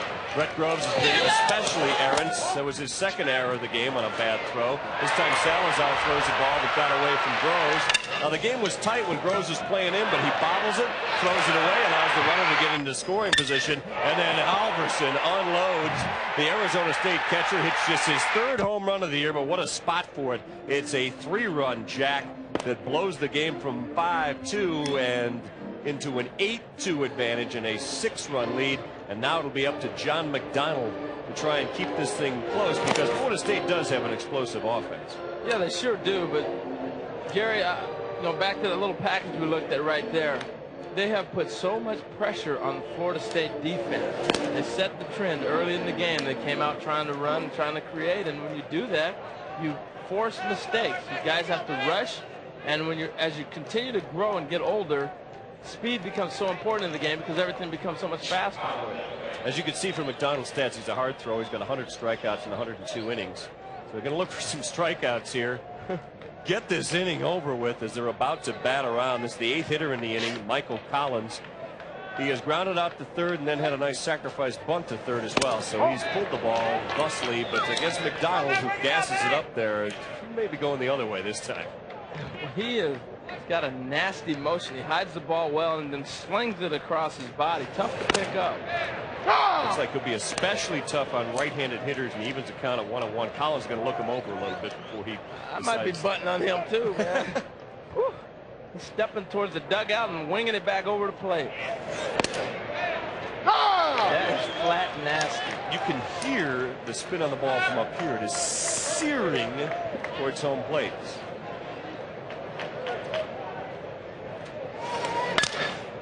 Goes inside on him. Collins was ahead on that one.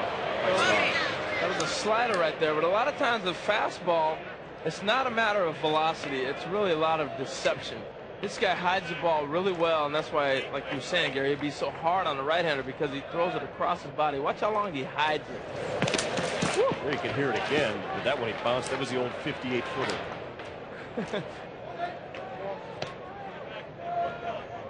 Collins in there at a 2-2 count. John McDonald's just come on in relief of the starter, Wes Crawford, who was victimized by 5 unearned runs out of the 8 that Arizona State has scored, and he gassed him with that one. Strikeout swinging for Collins. So the first batter that McDonald faces is a strikeout victim. Well, he really set him up nice. He threw the first couple pitches by him, then threw the breaking ball in the dirt. And look at the movement on that ball, cut back inside, almost like a wiffle ball on that thing. Cut back into the right-hander instead of going away from it. Got the sound of it. He was a 10-game winner for Mike Martin. Now he faces the leadoff hitter, Willie Bloomquist, inside out, and that's going to eat alive Brooks Bedeau. He's gotten some tough hops in this game, but that ball was hit pretty hard as well. He had to go almost into right field to try and get that corralled. Yeah, and actually, Gary, that one there, he played back. He ran back on this ball instead of trying to cut it off. As he extends that step back right there, it hits the lip. If he'd have kept coming towards first base, he might have been able to cut it off on a short hop. As you see it hit the lip and eat him up. Yeah, ran right up his arm. Give him a base hit on that. So Brooks Bedeau has been on the other end of a couple of tough balls that both have been scored hits at this game. And now it's Rudy Arguelles who will turn around and bat left-handed against McDonald. The pitch out again. They know this is how aggressive. You know, Pat Murphy's not well liked amongst many of the managers in college baseball. Mike Martin doesn't happen to be one of them. Those two guys are good friends who like and respect each other. But 8-2 isn't enough for him. Well, especially in this ballpark. You know, 8-2 with them aluminum bats. In this ballpark, I'm running on you too. And pitch out twice. Mike Martin expects it and respects that. And I think anybody that doesn't understand that, it's only the 5th inning. You keep going until the game gets out of hand. And if everybody felt like it was a 10-run rule, they'd applied that to here. Sees the big lead this time. McDonald tries to keep Bloomquist close. Well, the one thing that McDonald does show is that he's a good guy to run on. He's got a high motion. He takes a long time to deliver the ball. Fakes the move, but just the fact that he's been troublesome over there, he did get a strike call on that. It's been a high, wide strike zone, but I guess for Florida State, they'll take any break they can get the way this game's gone so far. We see some action right here on this 2-1 pitch. Again, he's keeping Bloomquist honest.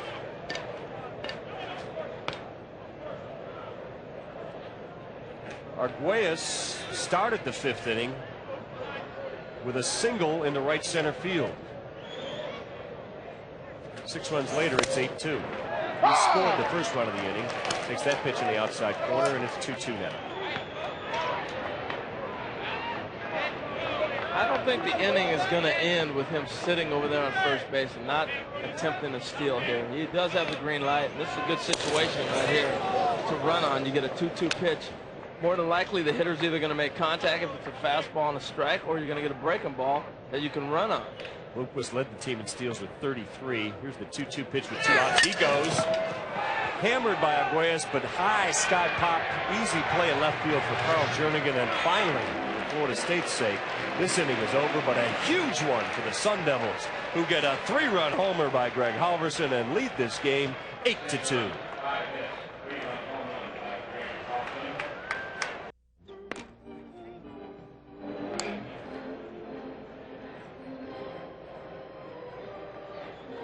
Back at Rosenblatt Stadium in Omaha, it's the opening game of the College World Series. Arizona State has blown this thing open. Halverson's home run padded their lead to 8-2, but let's go down to Dave Ryan now and find out what happened to the Seminole defense. Yeah, Gary, maybe the reason Brett Groves and Florida State are having such trouble fielding today is the length of the grass here at Rosenblatt Stadium. Now, heads groundkeeper Jesse Cuevas tells us these teams are playing on a bluegrass rye mixture, recommended length about 1.5 inches. Florida State, and meanwhile down at Dick Howser Stadium in Tallahassee, used to playing on the Bermuda grass down there, which is 7/8 of an inch high. So the ball goes a lot faster in Tallahassee. Florida State used a much different pace through the infield grass. And Harold, by the way, Jesse Cuevas tells me that you played here in Omaha, so you should probably know the difference between the higher and lower cut grass out here. Yeah, this is actually a nice infield, but Dave, what it does is, as an infielder, you want to read the hop, you want to be aggressive. It takes your aggressiveness away when the ball slows down, and you end up having to read it a little bit slower. Carl Jernigan has worked a 1-1 count, or 0-2 count on Phil Lowry, who we saw during that long inning, went out to the bullpen to warm up. See, that's the beauty of college baseball. It's almost like a throwback. You know, you wouldn't see that in the major leagues. Randy Johnson wouldn't hop up and go down there and start playing catch to get loose. You know, he has to kind of stand around. We showed those guys earlier stretching with the 0-2 pitch first. He bounces that one in there. That's the old 56-footer. As David alluded to earlier in the game, when they went off to the third to do their stretching and exercise, that reminded me of a spring training game. We got a game going on, and you got the guys running wind sprints in the outfield. Look, oh, there's a double coming. Jernigan with a 1-2 pitch from Lowry, high and away. So he started him off 0-2, and now he's losing it, 2-2. Well, it's definitely the beauty and the fun of college baseball. Now he's worked at 3-2. Sean McCorkle has come onto the on-deck circle for Florida State, so we have seen the last of Brett Groves in this game, as Mike Martin will make a change and try to get some offense going here. Jernigan fouls that one off to keep it full.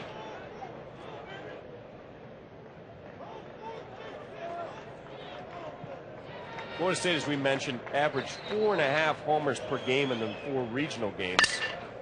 Fouls this one sky high, up and away on the first base side, so it's still 3-2. So this 8-2 game is far from out of hand.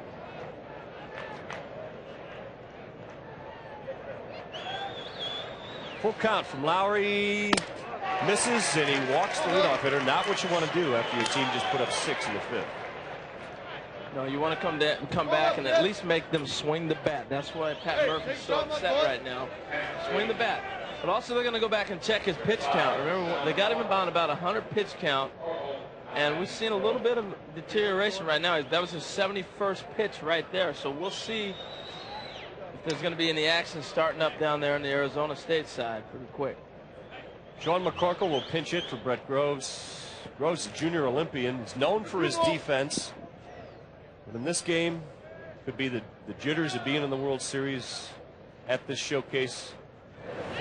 And McCorkle takes the first pitch high and away. Well, Lowry, once again, he's back to rushing. Right there, that might have even been a balk. It didn't look like he stopped, paused, or anything. He just got the ball and threw it. When he got in trouble that one inning, Gary, you noticed it. He just started throwing the ball. McCorkle likes to get right up there on the plate. And it's 1-1.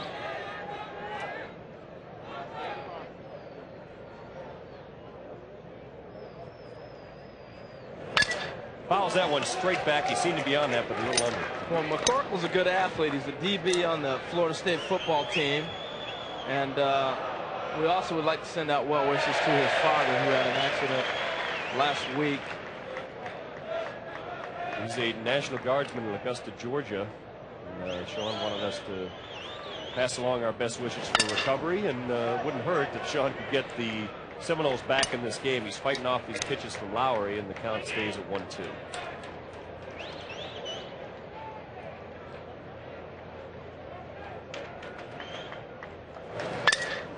That one is popped high. Is it going to be in play? Halverson goes to the screen that's in the crowd.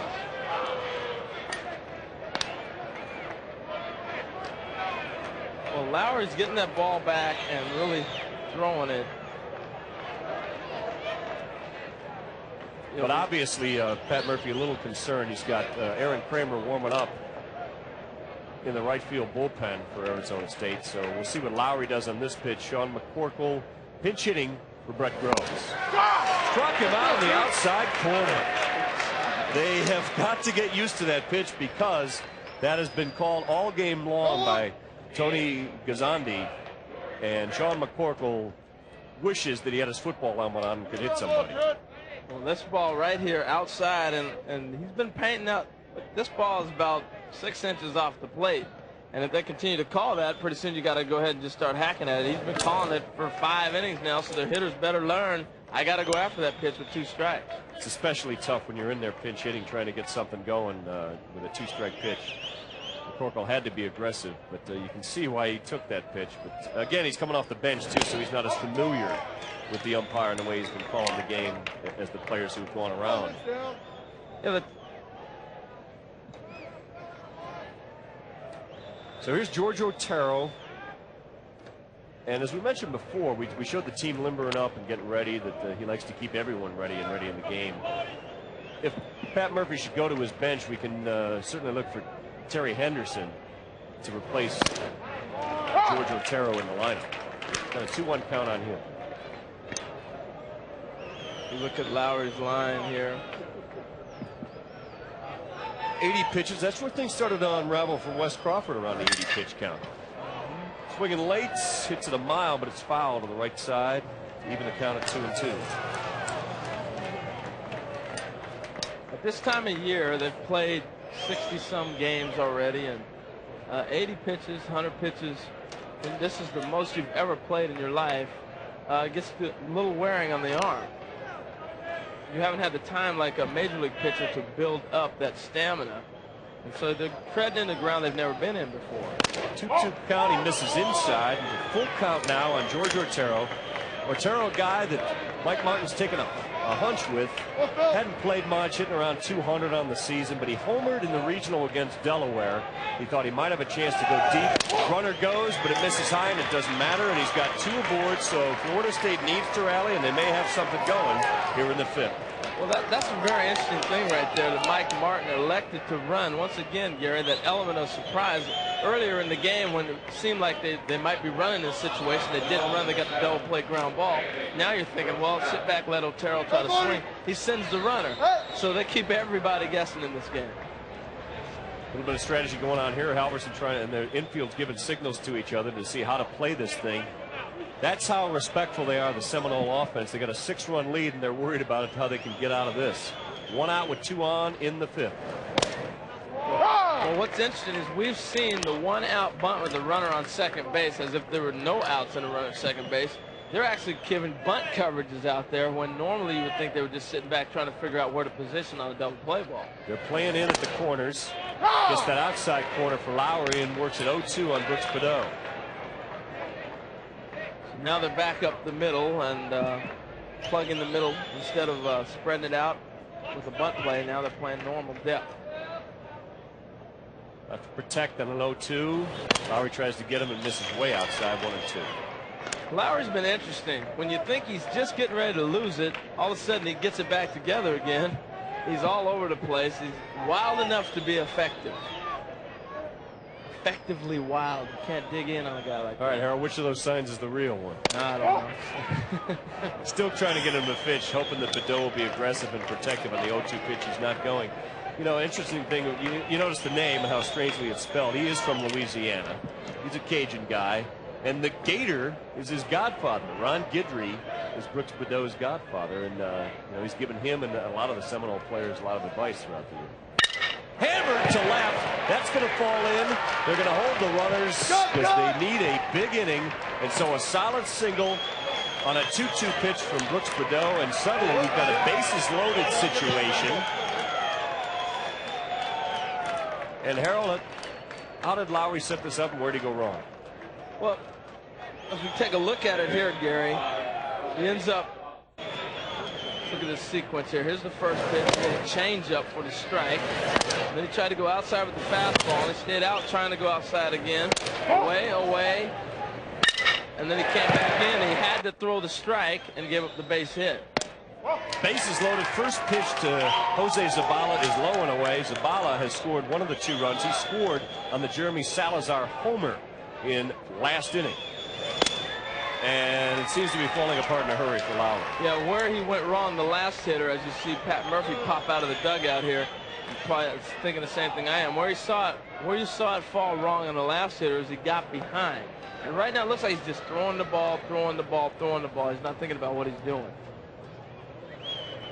So Pat Murphy strides slowly to the mound. Aaron Kramer's warming up. That's who he told us he would have out there. Kramer could have started this game as well, so he doesn't feel badly bringing him in. I'm not sure if he'll bring him in here, but this is a chance for Florida State to get right back in this game. And it would have been great for Lowry and company to kind of answer this, keep him in that 6-run hole, but obviously Mike Martin and the Seminoles want to get back as much of that as they can.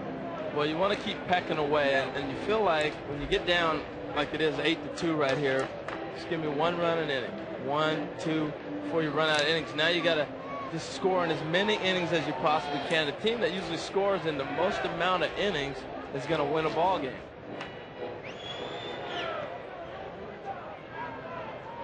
So a 2-0 pitch from Lowry. The bases are loaded, and it's Jose Zabala, and he misses well, okay. I'll stop umpiring. 2-1 pitch. All right. Well, that's a big pitch for Lowry.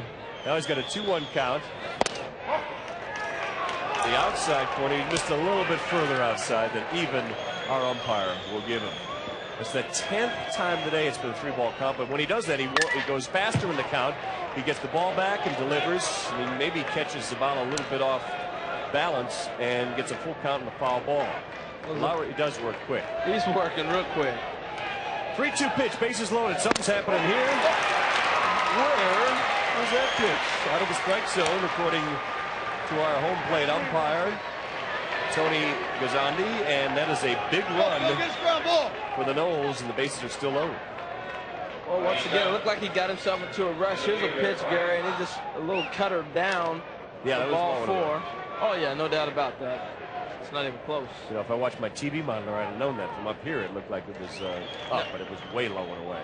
This is a huge at-bat right here because Cox is the one guy in this ball club that has had some good approaches that can put this ball game right back within reach. He's 0 for 2 Hit a ball hard to center field that turned into a double play. That ball is a ringing shot to left. He's going to send him at third.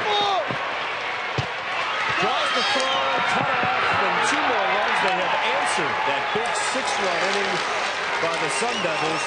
And Cox, the guy that we talked about a lot with manager Coach Mike Martin, about how clutch he is. Well, he missed. You're exactly right, Gary.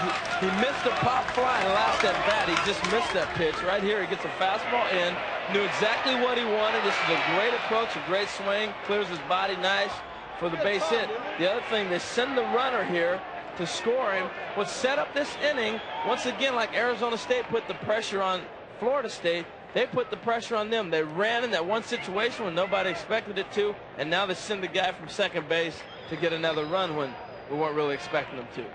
Also, during the break there, as we're showing you the replay, Jose Zabala tried to take third. The umpires have sent him back to second. But that is the end of Phil Lowry's afternoon. He stands to be the winning pitcher, but right now it's an 8-5 game as Aaron Kramer will come in when we come back.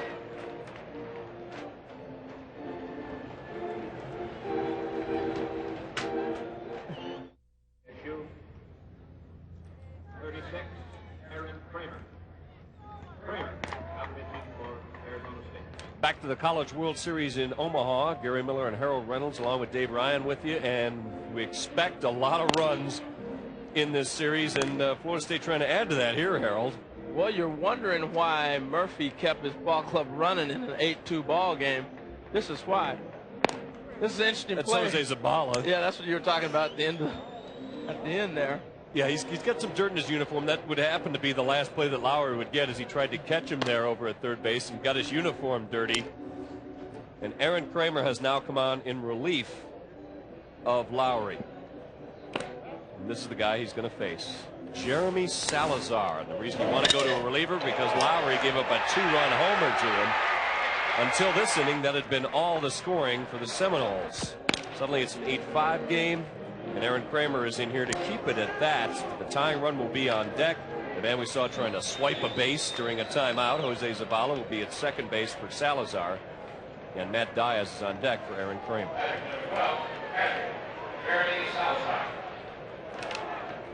74 strikeouts in 63 innings, and maybe even more impressive than that, he walked only 18 batters. So Kramer is an outstanding pitcher, one of the reasons that the Sun Devils are here, but he's got a tough customer in Salazar. And he's also got Cox aboard, so the tying run steps to the plate in the person of Jeremy Salazar, and he takes a first pitch strike to get a little bit of a look at Kramer. Well, he's going to throw the ball 88 to 90 for you. He's going to throw you that fastball, and he's going to throw you a cutter, and he's going to throw you a change. So not going to get a whole lot of ground balls. He's more of a power pitcher, but he will be around the plate, Gary. 0-1 pitch to Salazar. That's hammered, but it's to the deepest part of the park. And it's a shallow fly to center field. Tagging, but not going as Jose Zabala. So Salazar got it, but he skies it to center. And that's a big out for Arizona State.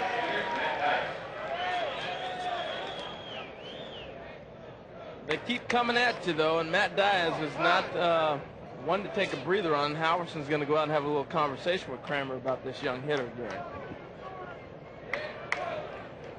Matt Diaz, as we had mentioned before, has been on a home run tear. He hit 4 in one game 6 days ago. Hit 7 in the regional. Didn't have much luck against Lowry, though. Struck out swinging and popped up to second base. But now he's got an opportunity with one swing to tie this game. 8-5, 2 outs, bottom of the 5th. Aaron Kramer's pitch blew it by him. Right here, he gets a fastball. It just comes right in on him. As you can see, he's going to go right inside, and he got a little loop there. It looked like he was trying to go to right field on that pitch and just cut back in on it. That ball runs in. This time he throws outside, and it gets away from Halverson. And so now the runners are going to be in scoring position. A chance to make this an 8-7 game with a base hit. Another wild pitch. This has not been a well-executed game. Well, he throws a slider here, and the catcher has no chance of catching up to this ball whatsoever. And as soon as he released it, it was on its way to the backstop. Kramer has to bear down. He does have a base open now, though, on a 1-1 count on the dangerous Matt Diaz with Kevin Cash on deck. And you expect a little bit of sloppy play the first game of the World Series. They're a little bit nervous. Well, there's the hit by pitch they've been looking for. Hey, nothing hurt, huh? Nothing hurt. Well, he just kind of turned away and taking what they give you. Pat Murphy saying, watch him roll here, Gary. That's what you're supposed to do. oh, yeah. He just kind of said, oh. I'll take the base. It was an off-speed pitch, too, so he can take that one. Kramer now with a huge situation. Bases loaded, and he's facing Kevin Cash, the 9th hitter in the inning, as Florida State has answered that big 6-run fifth for Arizona State with 3 of their own and 3 on base here with 2 outs. 0-1 pitch to Cash. Got a pitch up and got away with it.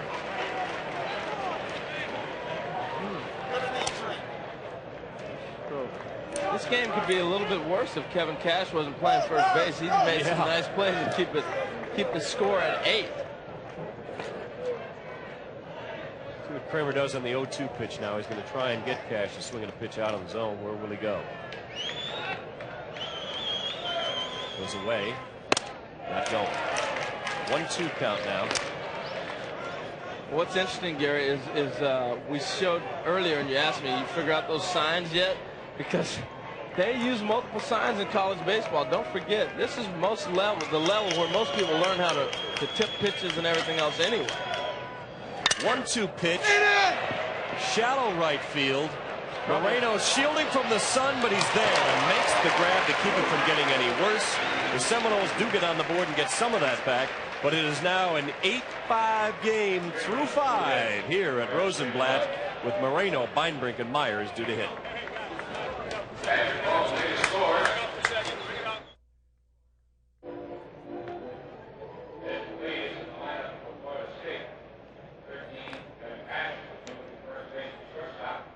Back at Omaha, Arizona State with an 8-5 lead as we go to the 6th inning. And it could have been worse. Florida State had the tying runs on base when Michael Moreno battled this high sun. Well, what he did was he used his glove to shield the sun and just kept it right there. And that's what you got to do. Put your glove right in the sun. It helps you shade everything out. And one thing he had a web glove, so you kind of peek through the web and you're able to see that ball and catch it. How do you I always wondered about that. Obviously, I struggled with it in my days. It almost works like the thing when you go to look at the eclipse through a box.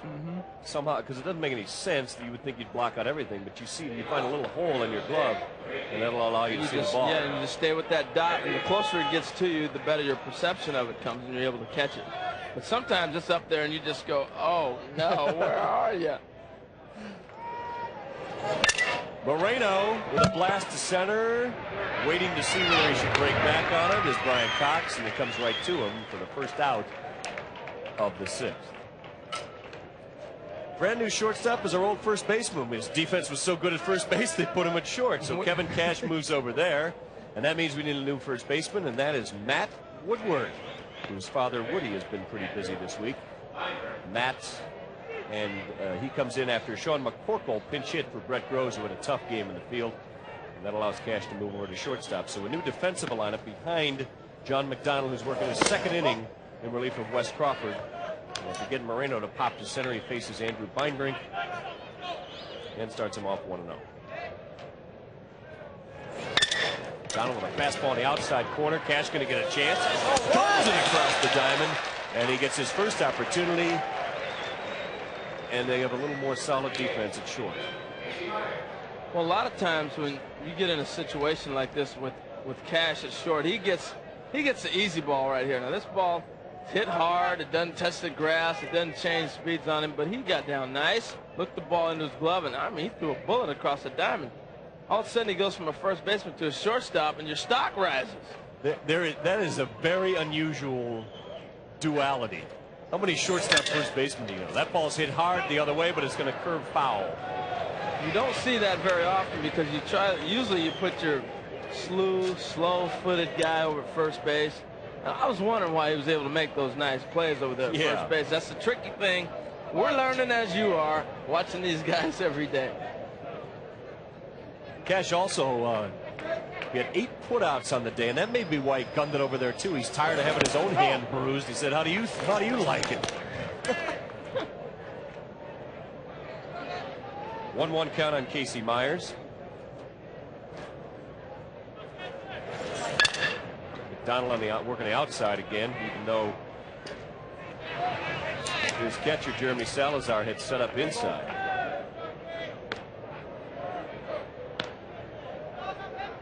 What's interesting here that Murphy decided to go ahead and leave Myers in the ball game and let him hit instead of making that switch like he'd been doing with the DH earlier in the year. 2 pitch misses outside, and it's 2-2. There's Pat Murphy, one of the most colorful. He's different. He sets himself apart from these other 7 managers in this thing, but he's professionally honest. That ball's hit straight to center field. Cox makes another easy play, and it's a 1-2-3 inning.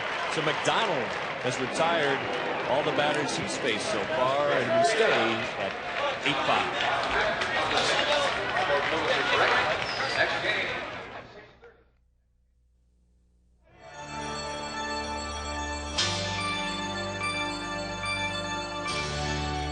That's Woody Woodward, playing shortstop for Florida State in 1963, an All-American. Sal Bando was at the team that Florida State's facing, Arizona State. Woodward, you know now, is in his 10th season as the Mariners' vice president of baseball operations for the team Lou Piniella manages. Sal Bando has had that very same title for the Milwaukee Brewers since 1991. Synergy between these two teams. Matt Woodward, his son, waits on deck. Woody would be here, but he's got some things, some fires in the iron. He's down in Tampa as they try to work out this Randy Johnson trade. Aaron Kramer's first pitch to Carl Jernigan is low.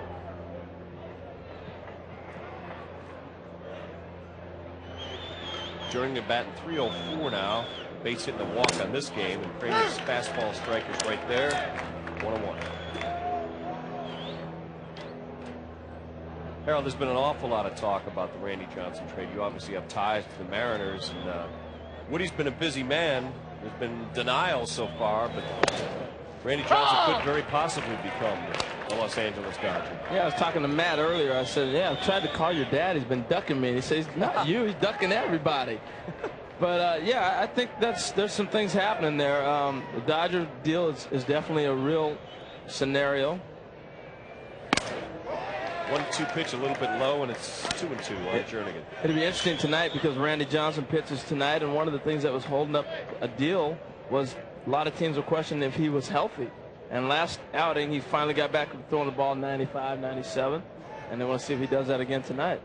2-2 pitch goes off speed, drops the curve on him. It's in the gap, but a nice running catch by Michael Moreno as he avoids Rudy Arguelles and makes the grab in the gap.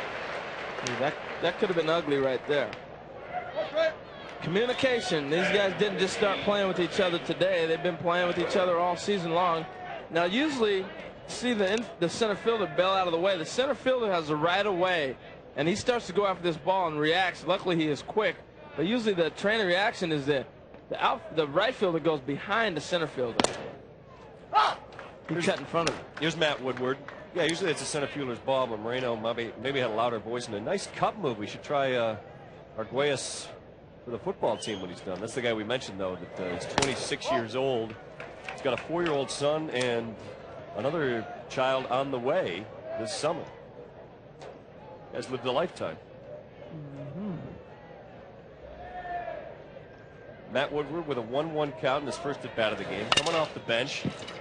Gets out of the box very slowly. Runs like a first baseman, and he's gunned out easily. 4-3. Dave, we brought Woodward into this lineup on a tough day for Brett Groves. Anything behind that?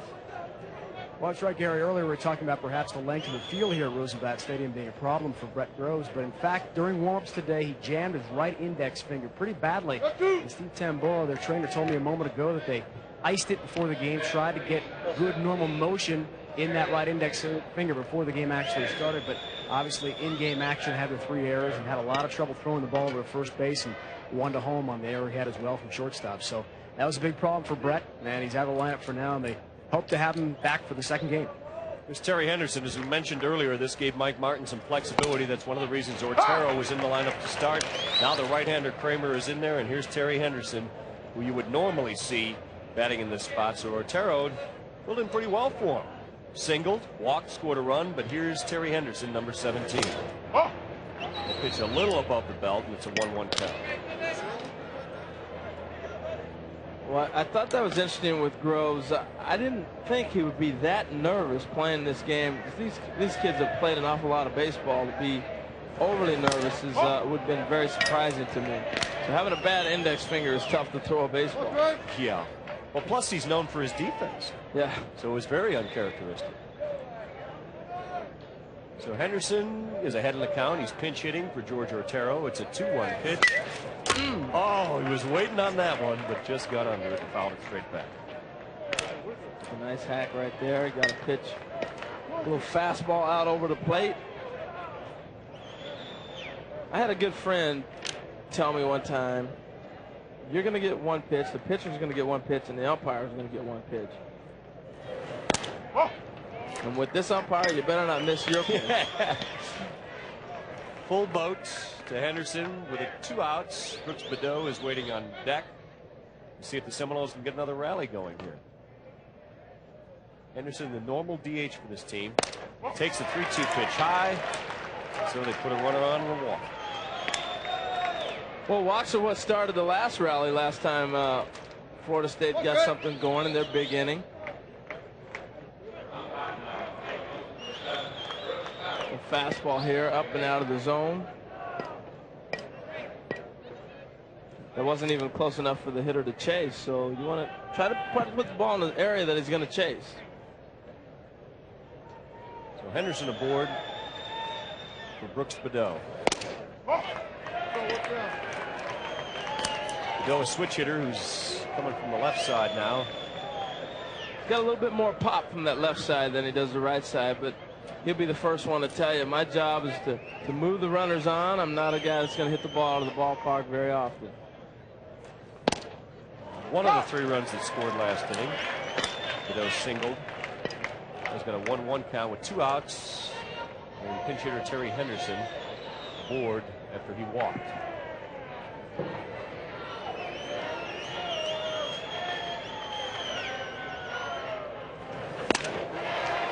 Missing up, it's 2-1.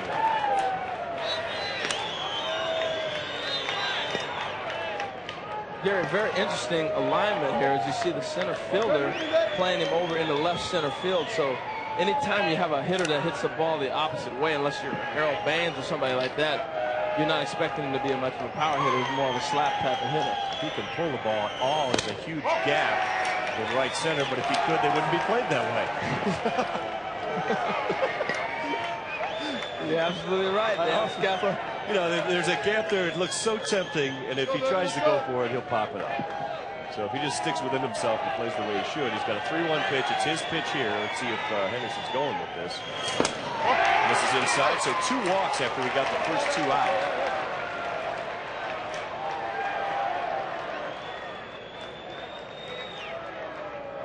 That's 7 walks and a hit batsman in the game, and this one wasn't even close.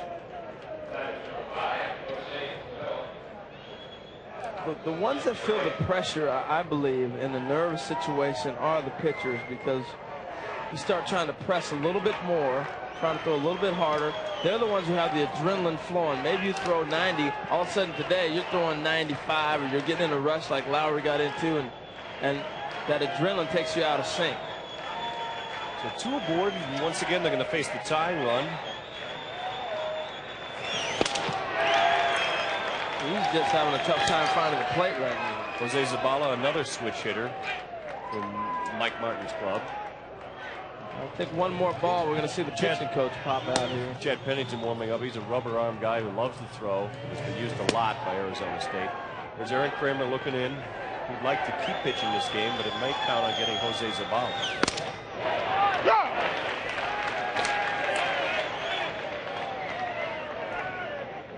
So he's finally found the strike zone. Well, he just try to throw the ball right down the middle, and he's got so much movement. You see that ball tail that it's hard to control when you got too much adrenaline. That's a College World Series stare. A 1-1 game. He's staring at the tying run in the batter's box. Jose Zabala gets a pitch to hit. They're throwing over the middle. The first miscue by Arizona State, but it won't cost him a run yet. Willie Bloomquist lets it go between his legs, and that'll load the bases for the toughest hitter in this lineup, Brian Cox, who last time up had a 2-run single. Well, Bloomquist ranging to his right on this ground ball right here. He gets over there in time. Now, this to me is the ball that's going to fool you. It looks like he might have to backhand it because it took off, and then next thing you know, he's out in front of the ball. Watch this. He shoots off the grass. Now, it looks like he might have to backhand, then he thought he might be able to get in front of it, and he just kicked it. That ball was hit hard, plus a little bit of a screen by second base umpire Wade Ford. And so that sets up a tough situation for Aaron Kramer. Pat Murphy's on the top step of the deck as his team now is facing the lead run. Brian Cox has 2 grand slams this year. We mentioned what a clutch hitter he is. He's already got a 2-run single, part of that big 3-run fifth, and he's batting for the 2nd straight inning. And if you're Cox, you're going, what in the world? He just threw me a slider for a strike. He couldn't throw a fastball to the last 4 hitters for a strike, and I step up there and he throws me a slider. That 2-run single he had in the 5th extended his hit streak to 24 games. He has really come on here late in the season, raising his average near 400. That time he missed. It's 1-1. Well, Cox has had some good at-bats. You can tell he's on a nice little streak right now. A lot of confidence. Just see in his warm-up approach right there that he is just feeling really good at the plate. Oh, beating him right in the back on a 1-1 pitch. That'll force in a run. And the Sun Devils continue to have trouble finding the plate. And that hit him in the back of the hand, I mean flush. And hopefully he will be all right because that... Ooh. You can hear it up here. Boy, I thought he got hit in the back and made it sound like a lot of flesh. Well, he threw him 2 sliders, and that set up this fastball inside. And Cox is trying to stay with this pitch as long as he can. There comes a point in time where you got to try to pull out. He was not anticipating the fastball at all. He's looking for that ball to break, and it never did. Here's the best look at it now. Well, fortunately, it was a little up the arm. If that had hit him in the wrist, he'd be done, I think. You're right.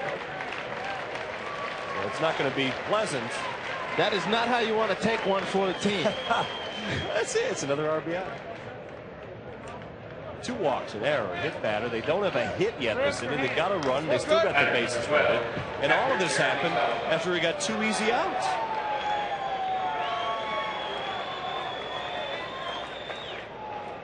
Cox is not going to run any way he can. That one forces home Terry Henderson, who started this whole thing with a pinch hit walk. The wildness continues. Now he's got to face the cleanup hitter, Jeremy Salazar, who does have a 2-run homer in this game. And one thing we know, he's still throwing hard. Sure is. And another thing, he's not afraid to come back inside. Just hits a man on the hand fastball, and he comes right back inside. But it puts him behind. It's 1-0. Tying runs in scoring position. Breaking back is Rudy Arguelles. He's looking out. Climbs the wall. It's gone.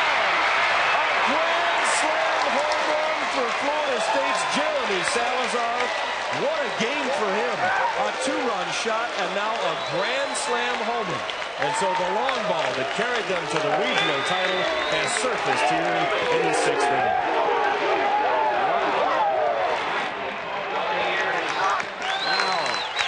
Well, walks will kill you, and the one thing that walks do, Gary, it makes you have to throw the ball over the plate when you put yourself in a situation with the bases loaded. Salazar just got a fastball right down the middle and drove it out dead center. And that is a fired-up bunch right there. Quite a bit different scene than when it was 8-2. Look at his fastball here. He gets and just uncoiled it. Caught it perfectly. Everybody knew it was gone, including the catcher and the umpire. Even if you stay behind that ball, perfect stroke. The bench is going crazy the minute the ball hit the bat. You can talk about the ball carrying in this ballpark. I don't care what ballpark he's playing in this country. That ball's gone. Kramer checking it out. Kept his composure a little bit there. Better than I would have. And there you see the hero of the hour for Florida State, Jeremy Salazar. The third time this year he's hit 2 home runs in one game. It's a duel nightmare! Baby!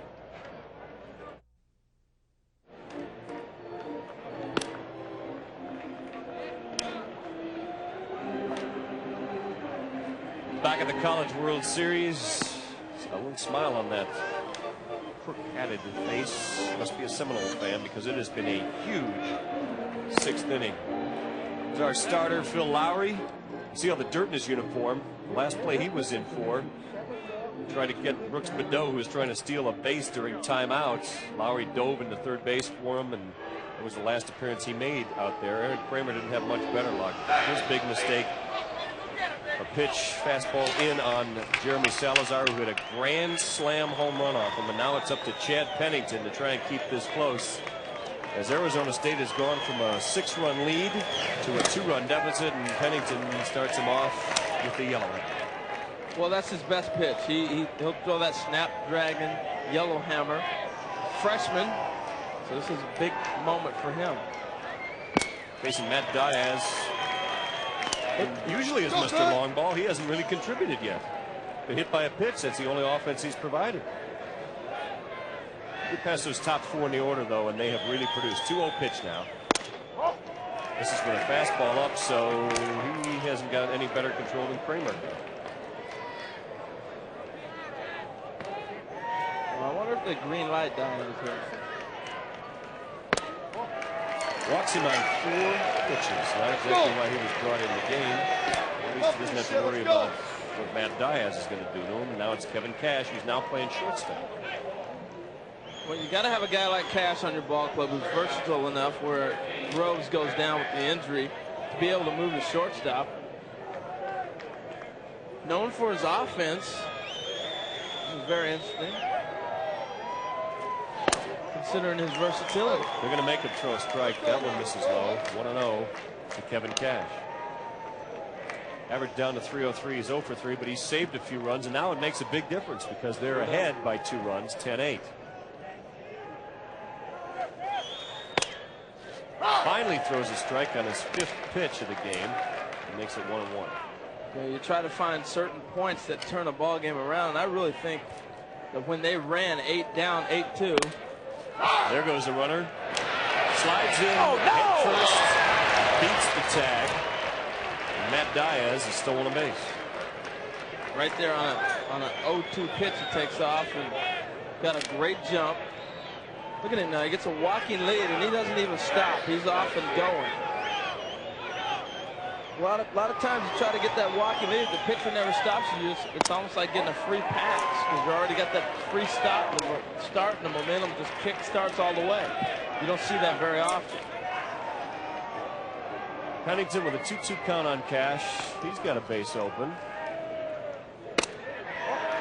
Misses with that one, and it's full. It's actually not a bad play by Diaz because the pitcher is so locked in to trying to throw a strike, he didn't even stop him. Didn't pay any attention to him. 3-2 pitch, hit hard. Blomquist to field this one easily and get him out of the inning, but not before a huge explosion and the big blow. After a bases loaded hit by pitch, a bases loaded granny.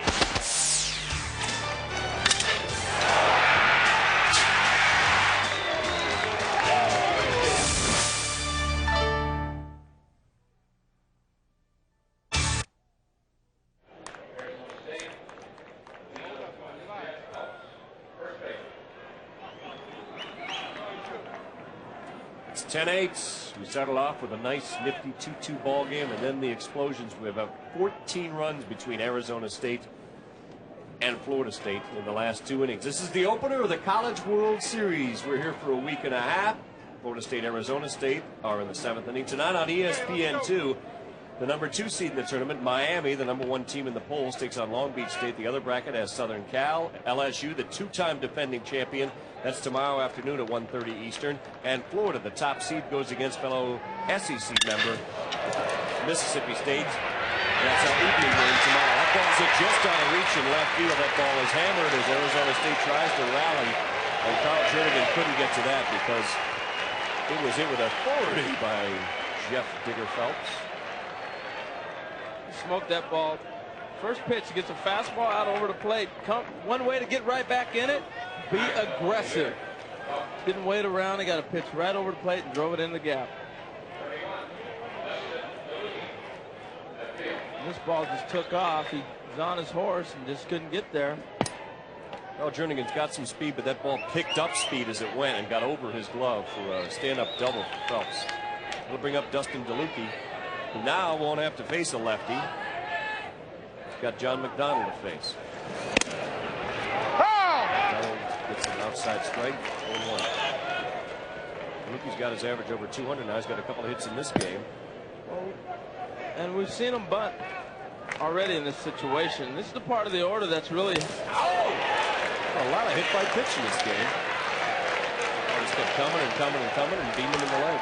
A lot of people talk about the college game. They don't pitch inside, but we've seen an awful lot of pitching inside today. This is a cutter that just gets away. Look at this. Oh, it's a slider. Just kept breaking in on his ankles and got him. Hit him in the side of the shin. It's a third hit batsman we've had in this game. Still trying to shake it off out there. Sometimes you can't just not rub it. You got to run that thing off. It hurts. So here's Greg Halverson. For a homer, he's knocked in 3 runs in this game. He's 2 for 3, and he's got 2 runners aboard. No! Check.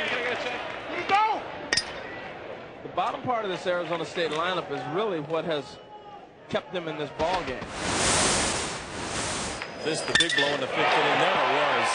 You can't hit a ball much harder than that. Right on it. A 2-run blast, and that was the last pitch that Wes Crawford would throw in this game. John McDonald's been on since then.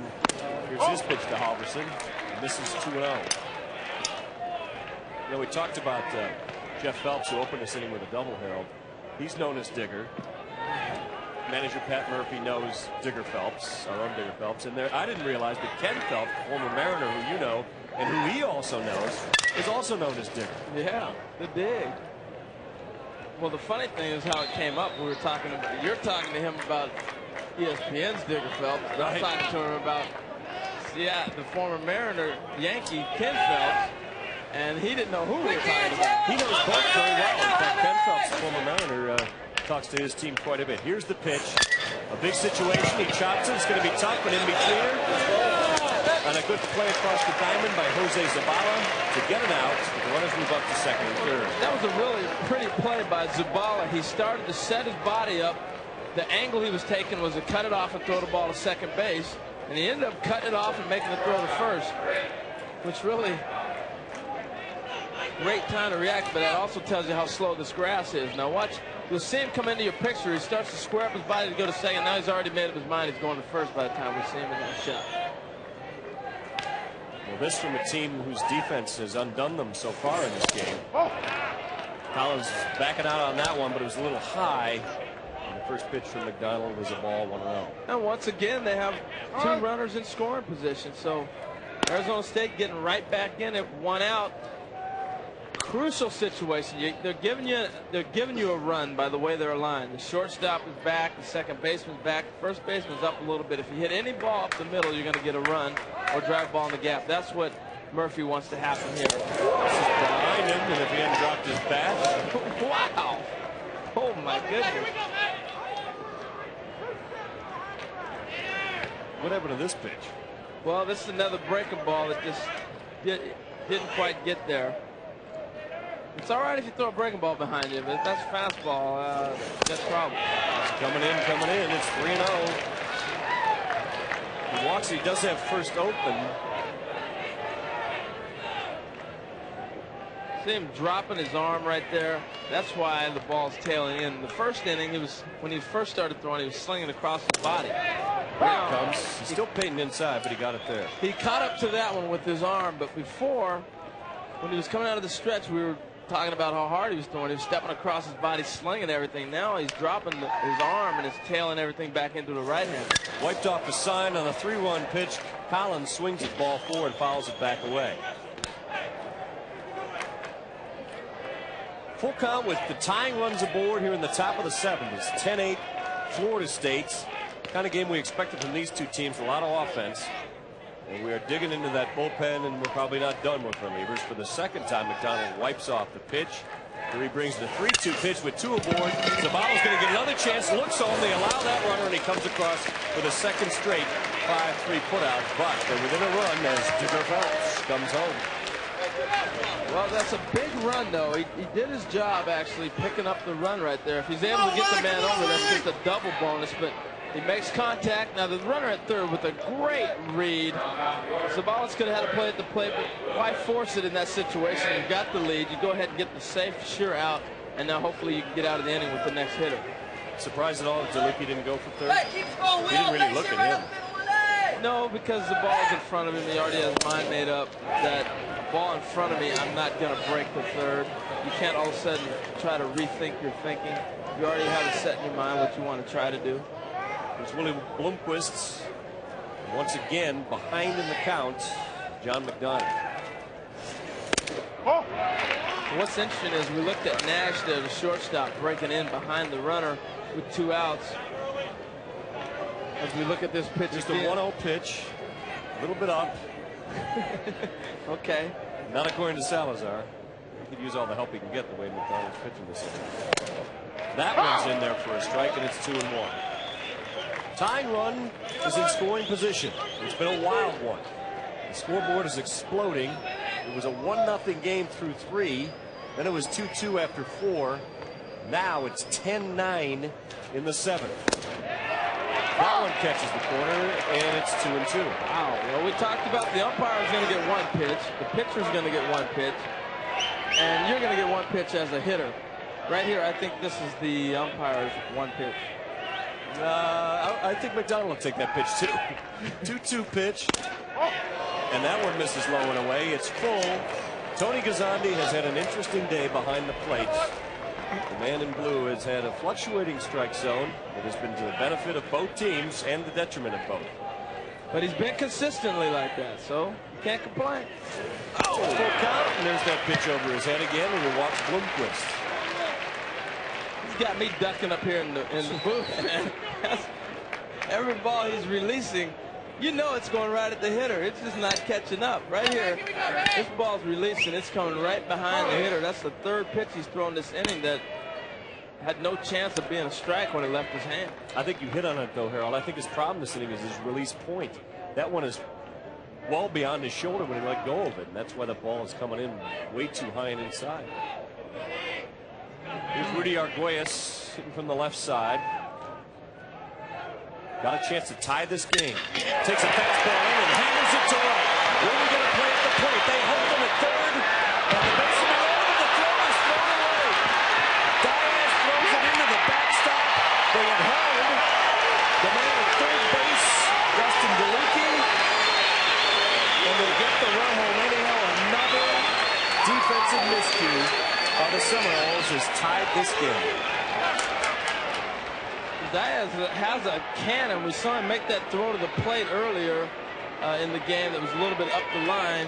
And so that's why they elected to hold him. Now look at this swing right here. Jumps on this beautiful swing. Now he gets the ball quick. He cuts it off. Comes up with a strong throw. But it is just off the line. Woodward allowed. Actually, it could have been cut off, but they let it go. He kept the ball down low on the throw, and Matt had already made up his mind he was going to let it go, so he got out of the way. The catcher was expecting the first baseman to cut that ball off. That's why he wasn't in the position that he was in. So a little miscommunication with the big crowd yelling could be tough. Well, we got a brand new ball game. It's 10-10, and Mike Martin's going to bring in a brand new pitcher when we come back.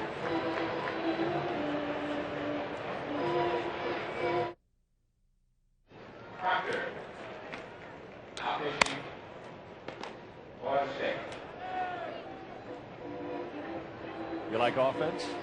Game 1 of the College World Series is 10-10, and we're only in the 7th inning. We're not out of it yet. 2 outs. Florida State was sky high after they scored 5 in the 6th to take a 10-8 lead. In fact, we could hear them after the grand slam by Jeremy Salazar saying, "Welcome to my 2-out nightmare." They've had their own nightmare, and it's been their defense in this game.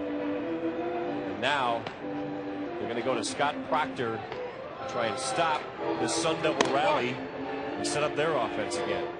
Well, Proctor's another one of those pitchers that the scouts were talking about earlier today as one of the guys they wanted to see pitch. Well, you come to a college baseball game, you might get a chance to see everybody pitch. He's going to show you a fastball, a slider, and a little bit of a curve, and a change. So he's a 4-pitch pitcher. Not the guy you want to see in this game anyhow, when we've had such wildness with batters being hit. 3 of them hit, and 1 of them got hit, and they didn't call it that. 2 almost domed. This guy has a lot of walks, so we've got to see if Scott Proctor can get his control under control, because he's facing the middle of the order here with a lead run in scoring position. He's got Michael Moreno. Can bring it. Moreno batting .359. He's doubled and scored, walked, and reached on a fielder's choice. So he's been aboard a lot. He's been active. That one's in the dirt. That gets away. It bounces the other way. And they've taken the lead on another wild pitch. Little Blomquist comes in to score.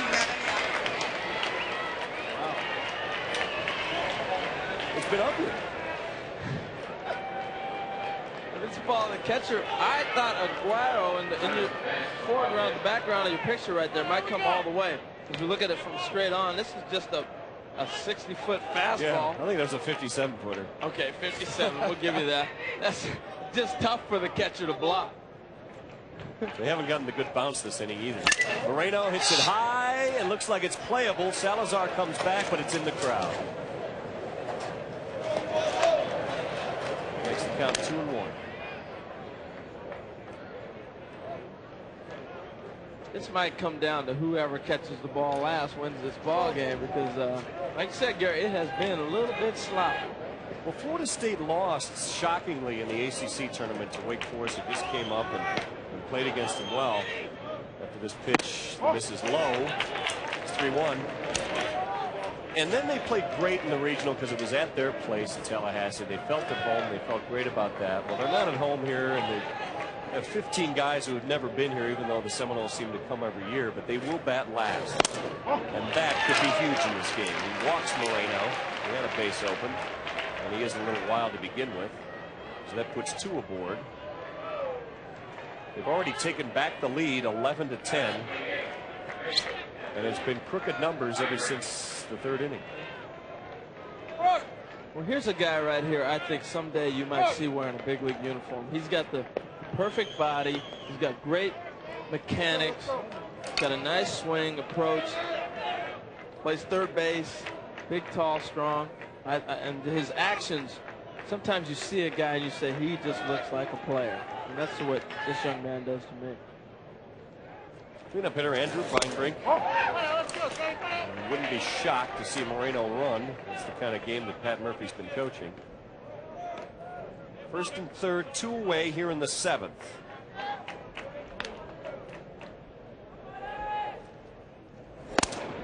Scott Proctor showing off that 92-mile-an-hour fastball, even at 1-1.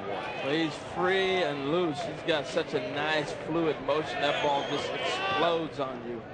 I can see why a lot of scouts were talking about him today when I was down among the corridor of scouts that we have here. There's so many scouts in this place. I don't know, Gary. I feel like they must be watching you work. Now they're watching these guys toil in the biggest games of their lives so far. But they got to make it to next weekend. 8 will be won, and this is game 1.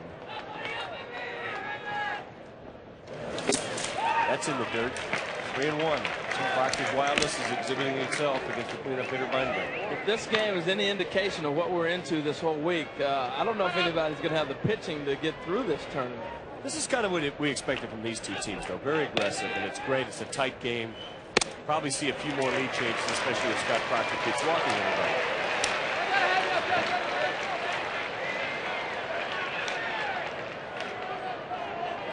Well, right here, he just couldn't find it. Up high.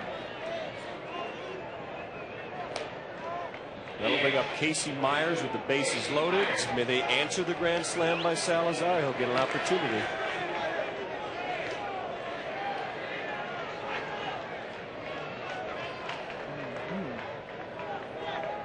Scott Proctor's got to bear down here. It's an 11-10 game. We've seen huge leads blown already in this game.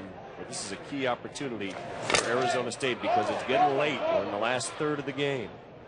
Looks like the last team to hit, last team that scores, shuts out the lights. If anyone could ever stop anybody in this game, the only scoreless inning we've had. This game's tough to be a genius. I mean, they start off defensively. We're going, oh, the great defensive teams. Forget the strategy. Last man standing. 0-1 pitch. Proctor really can't find the plate.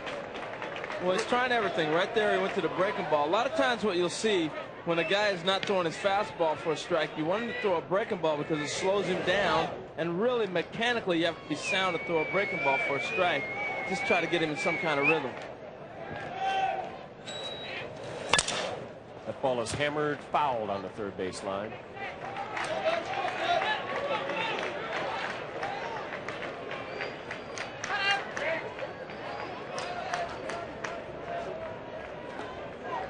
And the Seminoles getting a few more guys ready. Chris Chavez, who has been an ace starter for this team. But you got to win this first game. Mike DeBlasi is the lefty warming up down there. And Scott Proctor would like to give Mike Martin a little more breathing room. Struck him out looking on the outside corner. Gets out of a bases loaded jam. But not before Arizona State has grabbed back the lead in this game. 11-10. Proctor juices up the gun, throws it home, but a 3-run inning has given the Sun Devils the lead.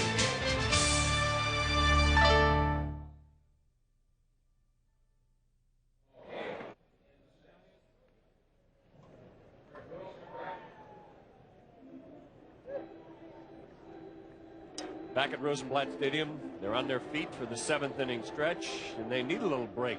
21 runs on 18 hits. And there have been 6 errors in this game. Take it back to the 7th inning, and this is how Arizona State got things going. Matt Diaz up and throwing. The ball will skid along the line and get away. That was one of the errors in that inning that led to the Arizona State onslaught. A wild pitch by Scott Proctor. And so their wildness, their errant play, 5 errors in the game. And it has really contributed to Arizona State building an 11-10 lead.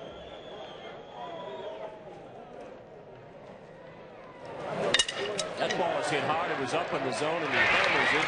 Carl Jernigan, it's a solid single to left.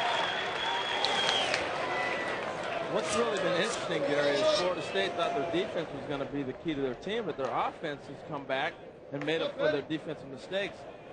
5 errors, and they still are only 1 run out of this ballgame. Beautiful swing by Jernigan right there to jump on top of that ball and drive it in the left field. Matt Woodward, I mentioned earlier, is Woody Woodward's kid. There's Miami, the #1 team in the polls, but they're the 2 seed in this tournament. The top 3 seeds in this tournament, all from the Sunshine State. Florida seeded 1, Miami seeded 2, and the Seminoles, as Matt Woodward trying to sacrifice the runner over to second on a ground ball that Pennington takes unassisted. Well, that was a beautiful bunt right there by Matt, giving himself up. Watch out. He squares around, gives himself up, sets his angle, and just gets it down and gets the man over. You might be wondering, why would you have your first baseman bunting? Mike Martin said, college baseball, we do what we feel like we need to do to win a game. We don't worry about you experts. So I guess he's not too worried. And so he's got the tying run in scoring position. He is batting last. Terry Henderson hits it hard. Now we make it a play at the plate. They're going to send him. Here comes Carl Jernigan. The throw from right. Great grab at the plate as well. The blocker was Greg Halverson on the throw from Michael Marino. And you can see Halverson's reaction. Tight play at the plate. A little surprised he sent him there. But it was the tying run. Well, you got to get aggressive, and he set it up. He's got to send him. He set him up with the bunt for this purpose right here to send him. You got to have a perfect throw to get you. He charged the ball hard, nice strong throw. But what a pick by the catcher Halverson to short hop and to get the tag back down and block the plate. That is just a tremendous all-around play. You know, it's hard to believe in an 11-10 game we're suddenly talking about a perfect bunt and a great throw from right field to save a run. We've had a little of everything, and I got a feeling the next 2 innings could be the wildest. We've seen an 8-2 lead. We've seen a 10-8 game. And now it's 11-10. Arizona State's trying to shut out Florida State for the first time since the third inning. There's a wide shot of it, though. Well, he got a nice jump. He was waving him all the way, as you see. And he's coming hard. He never hesitated to throw. This is a perfect play. How fun is all this? I'm loving this.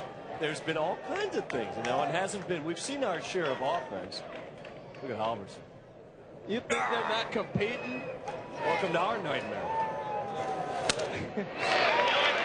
Well, that's the one element about the college game that you don't get at the professional level. These guys talk more garbage from the dugout. They're screaming at each other. They have a great time. Look at them. They're all on top of the step. If you get a shot at either dugout, they're all on top of the steps. And they're laughing on each other. They know each other from playing summer ball against each other. And run on his arm. You know he doesn't have no run. Yeah, they aren't exactly yelling, give him the dark look. 3-1 pitch, big opportunity for Brooks Badeau. We've had a little too much of that. These guys are working me into a sweat up here. I'm not even playing. A very pleasant day. It was very hot yesterday in the 90s. Pat Murphy's got a little bit of sweat going. He thought he might escape with a donut this inning, but now suddenly he's got the lead run aboard. 2 on, 2 out for Jose Zabala, who's played an outstanding third base. Reached on an error. He's walked twice. In fact, the top 2 men in Florida State's order have walked 5 times just between them. Oh, my goodness. And the thing is, Gary, you throw the ball near the plate, these guys are hacking. They're not looking to walk. Yeah. Both these teams very aggressive. They have very similar styles. Pennington goes off speed. He doesn't seem to have any control of that, and it's 1-1. Seems like every time we look up, Cox is on the on-deck circle.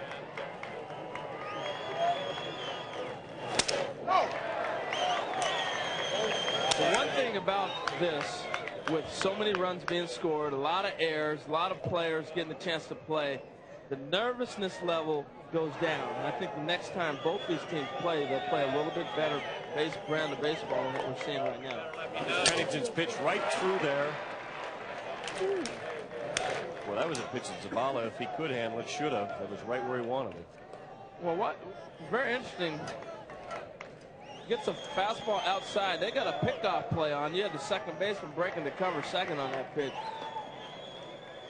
2-2 pitch. He goes with it the other way and fouls it into the seats.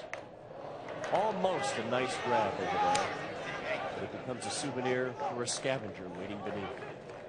In this situation, you don't want to put on a pickoff play at second base. You want to make the guy hit the ball and have your infielders at a depth where they're able to knock a ball down or make a diving play and throw a guy out. You don't want them running all over the place and getting out of position. 2-2, 2 outs, 2 aboard, and he strikes him out looking on the outside corner. The first scoreless inning for Florida State since the third, and the reason, an outstanding throw by that man, Michael Moreno, who comes out. Foul shooting at the plate clock by Greg Halverson.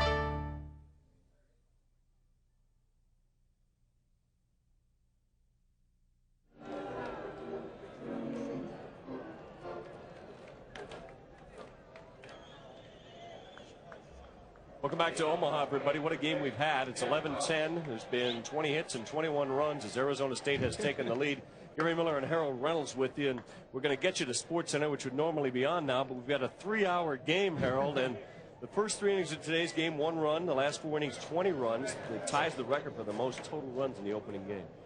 Well, we're seeing it all. I mean, there's errors, there's aggressive base running, there's grand slams, you name it. We've seen it all. It's a College World Series. Arizona State has got to be feeling pretty good. Here's Digger, Phelps, Jeff Phelps. Takes an inside pitch and Proctor gets it by him. That's right. Proctor got one of those real live, loose arms. Just a nice snap on the ball. Oh, Sky to right could be trouble. And the call.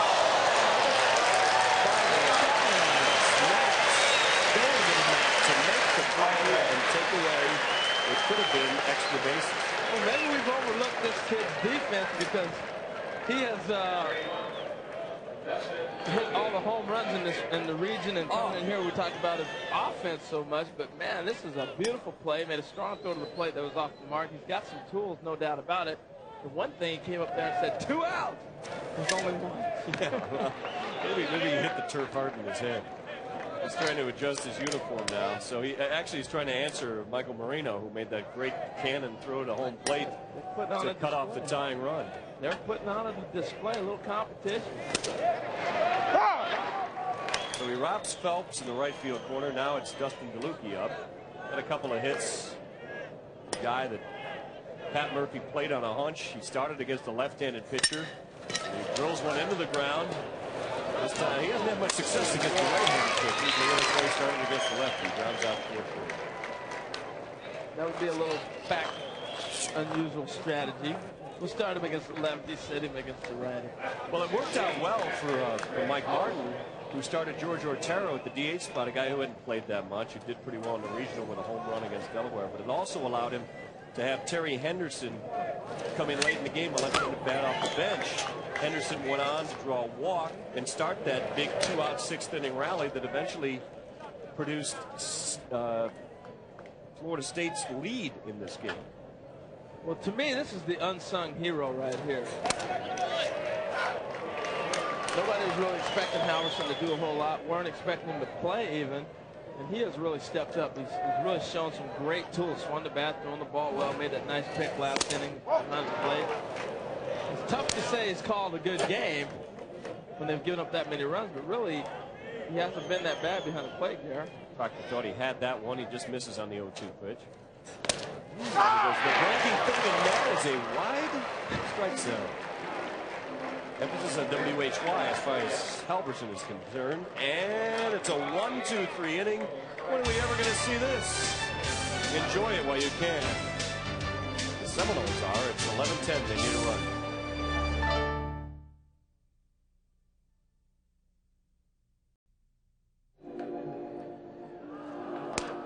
What did Kevin Cash? The opening game of the 52nd College World Series, and what a game it's been between two traditional powers, Arizona State and Florida State. Seminoles come up in a 1-run hole. What could be their next to last at bat, or we could play 20 innings the way this thing's going. Gary Miller and Harold Reynolds with you. Brian Cox took one for the team last time with the bases loaded. He got hit by a pitch. Don't drop a 20-inning game. This has been enough. It feels like it. Chad Pennington now facing this order. We had a bizarre last 2 half innings. Nobody scored. Pennington starts him off with a strike and an 0-1 pitch to Brian Cox. Seems to have recovered. He got beamed hard on his forearm. That forced in a run. It started the big 2-out round. He had a cut there, almost left his shoes.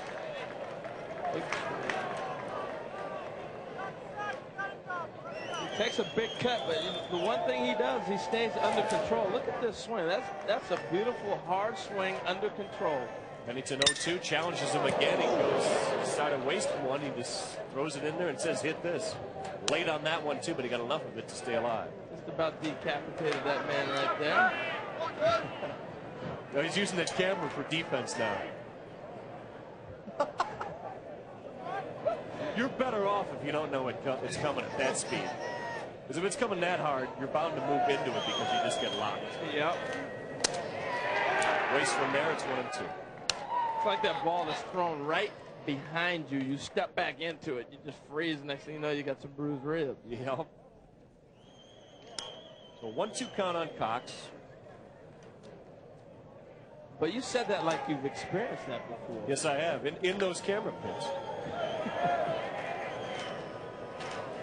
Oh, he goes to the yellowhead and drops it on him. Big strikeout for Pennington. Now let's show you the big blow from Jeremy Salazar. Whip. One aboard in the fourth, a 2-run shot in broad daylight. Then as the shadows started, a grand slam home run. That came in the 6th. It was a huge blow that part of his 6 RBI, 2-homer rampage. Pennington paints the outside corner on him. That grand slam came off Aaron Kramer. It was the last pitch he'd throw. So Pennington facing Salazar for the first time. And again, that bountiful strike zone. Well, you can see. Is that a plate or a picnic table that he's calling these strikes on?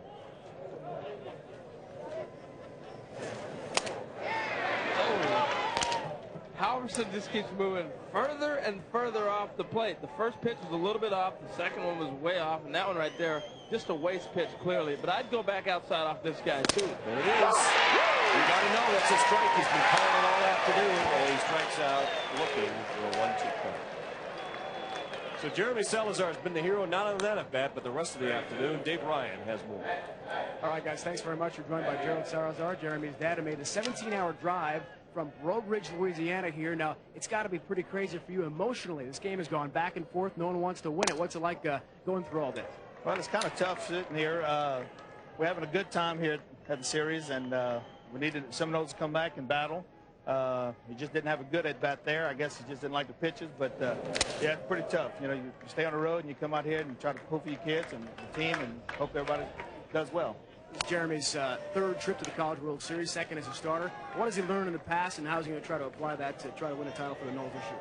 I think he's just going to try to help along with the other seniors they have on the team. We have good senior leadership, and just try to teach the young guys by example. Thanks very much for doing it. Appreciate it. Okay, guys, back upstairs. All right, thanks, Dave. As I mentioned earlier, it's the third time this year that Salazar has hit 2 home runs in one game. We apologize for video difficulties. Hopefully you like to look at Jeremy Salazar there. Now we're back to action, and Pennington has gotten Matt Diaz to chase a pitch to make it a 2-1 count. Off the plate for a 3-1 count. It looks like anytime he gets into trouble, he's just gone outside and said, you know what, I'm just going to drop it out here. If he keeps calling it, I'm going. And that comes with experience. You know, I'm probably going to call it, throw it there. We apologize for the difficulties we're having here. It's a bright, sunny day in Omaha. There's some snow on the stream, and Matt Diaz is taking a walk. There you see clouds starting to roll a little bit. This is back in Connecticut, but we're having a lot of heavy weather. We're glad we don't have it here at this time. And Florida State's glad that it's got the tying run on with Kevin Cash.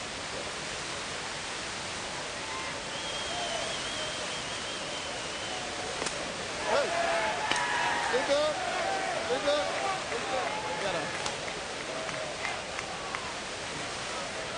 Got a fastball up right there. He hasn't been able to find the plate the last couple hitters.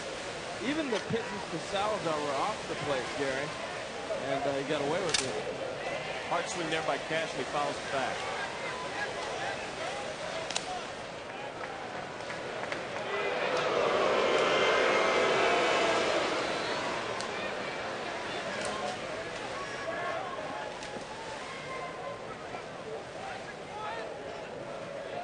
One pitch, 2 outs, and a 1-run game here in the bottom of the 8th. Florida State has put the tying run on.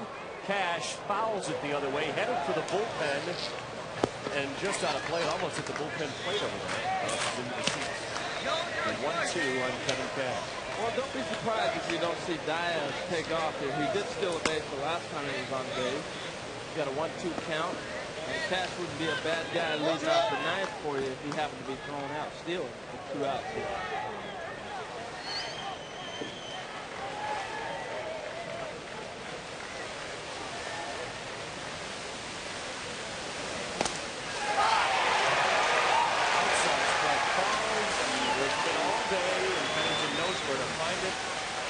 Him out.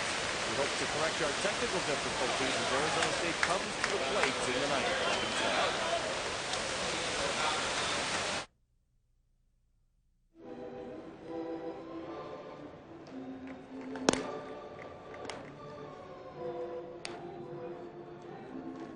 Back in Omaha, here's your Nike storyline to try and sum up, which is impossible to do in a few lines, an 11-10 game.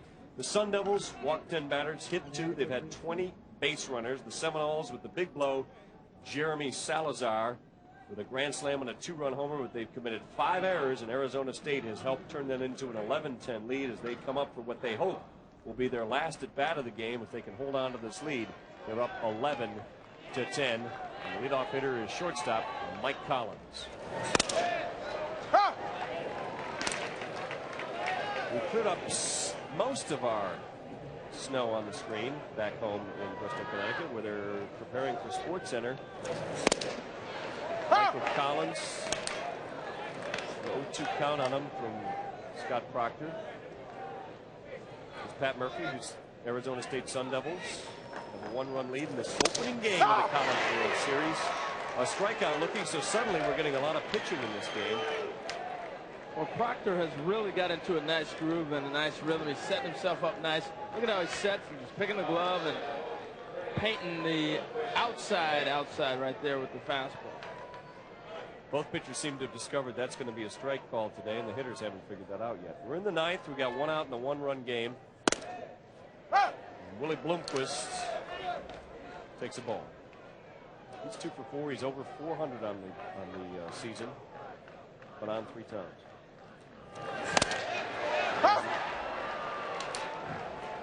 There's that outside corner to make it 0-2.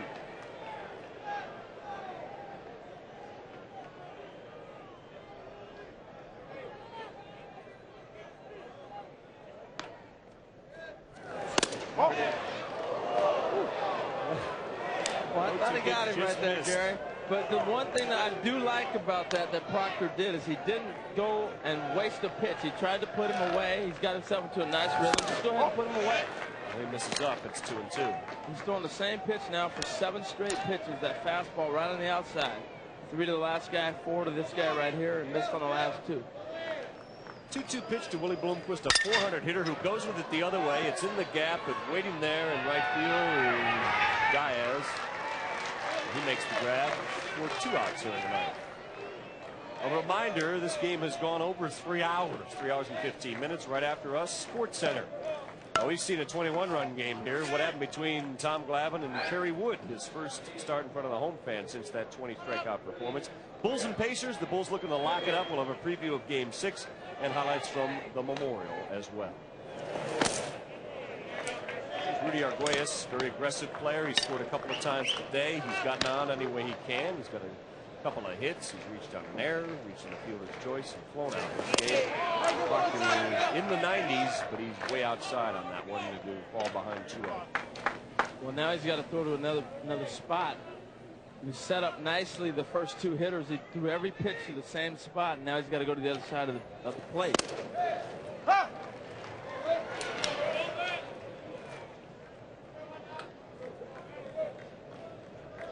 2-1 count on Rudy Arguelles. Yes, he did. Lays off, but he went. And it evens the count at 2-2. He thought he checked his swing. Proctor waves off the sign. Here's the 2-2 pitch. They set him up outside. Arguelles fights it off. Well, we've seen the last couple of hitters with 2 strikes actually extend their strike zone and at least swing, trying to make contact. That's what you got to do when you realize the umpire is going to be giving that generous strike on the outside. You got to extend your zone and go ahead and swing the bat. Proctor gasses it up and outside. He's run the count full. He walked the first 2 batters he faced after they'd given up the lead. Since then, he's retired everyone. And waiting to hope he gets another chance to hit with Michael Marino, and he will. Another walk. So he walked the first 2 he faced. Then he retired 6 straight. Now he's walked again. Just another fastball up and away. And now we'll see with the right-handed hitter if he's able to come back and paint that outside. But I don't think he's going to we're not going to see him. Mike Martin's going to his bullpen now. As Proctor may have been tiring there on that pitch. So he's going to go to the lefty and bring in DeBlasi for the 9th. As Proctor has put another runner on. It's an 11-10 game when we come back.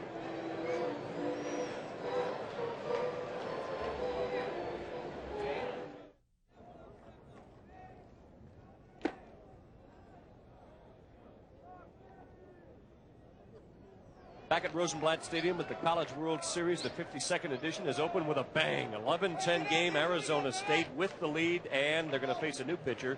Mike DeBlasi has come on from Mike Martin's Seminoles. That microscopic 1.21 ERA, 23 appearances during the year. He pitched only 29 innings, so he's a situational pitcher, Harold, but I believe he wants to keep it close. He's one of his best pitchers. Yeah, he's the guy that's going to throw strikes, and in this ball game, that's what you want. Hammer down the middle, it goes right through the wickets of Zabala. And trying for third, here's the throw, and it's wide at third by Carl Jernigan. Very aggressive base running to put runners at first and third. Harold, we were talking during the pitching change, the one run is probably not going to be enough for Pat Murphy's team. Yeah, I don't think the one run is going to do it, and that's an aggressive play right there. And here he gets a little cutter in, pulls it. And this ball just eats him up. Now remember, later in this game, they've been playing for over 3.5 hours. A lot of base runners, a lot of runs scored. The ball's not going to be taking too many true hops. Ate him up right there. He's a spark plug. We mentioned Arguelles earlier in the show. It's listed at 5'9". He's about 5'7". He's 26 years old. He's got a 4-year-old child. He's been married for a while. Was out of baseball 4 years. Pat Murphy found him. He wanted to try out after he'd worked in a rock quarry and in a box factory, carrying the load for his original family. He's back to baseball, and he's a big part of this inning. So is he. DeBlasi gets the outside strike on Andrew Weinberg, the cleanup hitter. He's knocked in a couple of runs and had a couple of hits in this game. This is a crucial run at third base, I believe. That ball's hit hard, but right at short. Cash is there now. He makes the play. And so what has been a trouble spot for Florida State in this game, shortstop makes a play that keeps it at 11-10. The Seminoles will try to come back when we come back for the ninth after this.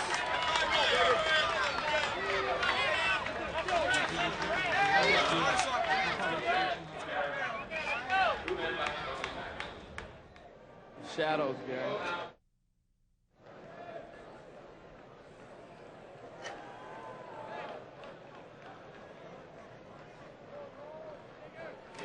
Bottom of the ninth, game one of the 52nd College World Series. And here's how we got to 11-10. Johnny Dunn would bounce one in. It would skid away from Salazar, and that's how Arizona State took the lead.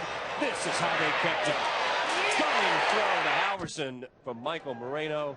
Great play as he gets set for the ninth, ties his shoes, and Halverson caught his ball on the short hop and made a great tag. And that's how we've kept it 11-10, and it's now up to Chad Pennington to hold this lead. And he will start with the bottom of the Florida State order, Carl Jernigan, to lead things off here when he takes the ball low. Jernigan with a couple of hits on the day. He scored in the fifth after walking. Hits a ball hard, right at short. And an easy out from Michael Collins. Harold, we saw so many runs in the middle innings of this game, but Chad Pennington has turned that around. Well, he really got into a nice groove and shut things down. He started throwing this breaking ball right here for a strike, and that was able to set up. That was a strikeout for one. Then it set up a fastball low. Salazar to punch him out, and then he gets the fastball right here just to end the bottom of the eighth. Got on a nice little roll right there. We got the ground ball from him, and now we have a pinch hitter that's going to come up and try to face him.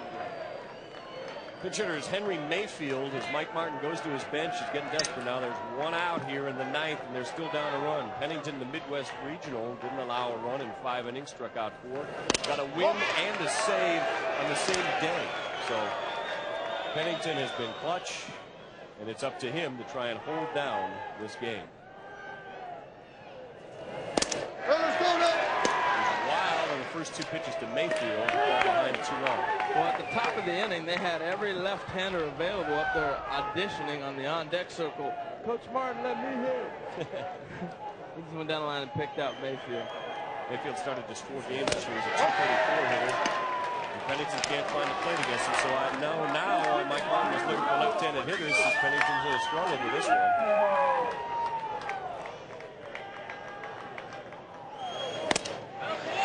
I can't believe he was taking it. 3-0 pitch, make it 3-1 now.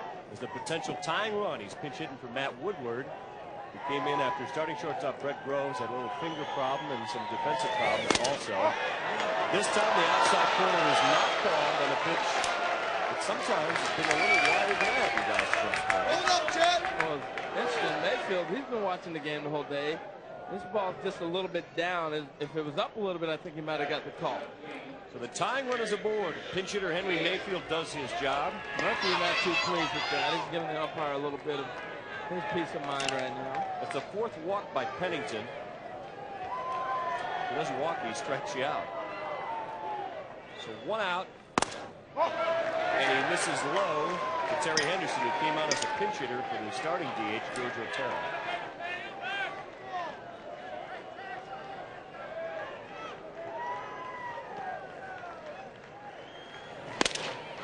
Pitch, he brings it and gets the outside corner for a 1-1 count. Well, they got a little help getting loose down there in the bullpen, but I think if it comes down to what Murphy really wants, he wants Pennington to finish this ball game. There's a strike. Henderson takes a look at it and he's down 1-2 now. Well, the other thing is we move on the 6 o'clock hour here. The shadows are starting to come in over the stadium. A little bit tougher for the hitters to pick up that ball coming out of the shadow. Mayfield takes a cut and misses. Halverson looks back at his pitcher, Pennington, with a lot of encouragement. Like that pitch. Well, he just really reached back and just said, hit this one. I'm bringing it. Try to touch it. I'm coming. And he threw it right by him. But see that good shot of the ball coming right out of the shadow. What happens with the ball that comes out of the shadow is you get a half picture of the ball. You don't get the full ball, and then by the time it gets to you, it disappears. Brooks Badeau fouls it off. He could be their last chance. Tying run is aboard. Pinch hitter Henry Mayfield. Hey, boy, Stedman! Hey, baby! Mike Martin comes here every year, but he's never won this thing. Florida State has never won the College World Series, although they are well represented here. Arizona State back for the first time since '94. Pennington misses high. Since they switched the format to a double elimination in 1988, no team that has lost their opening game has gone on to win this World Series. That's how critical this game is, and it's a one-run game with a 1-1 count in the ninth. Chad Pennington against Brooks Badeau, and he misses a little low.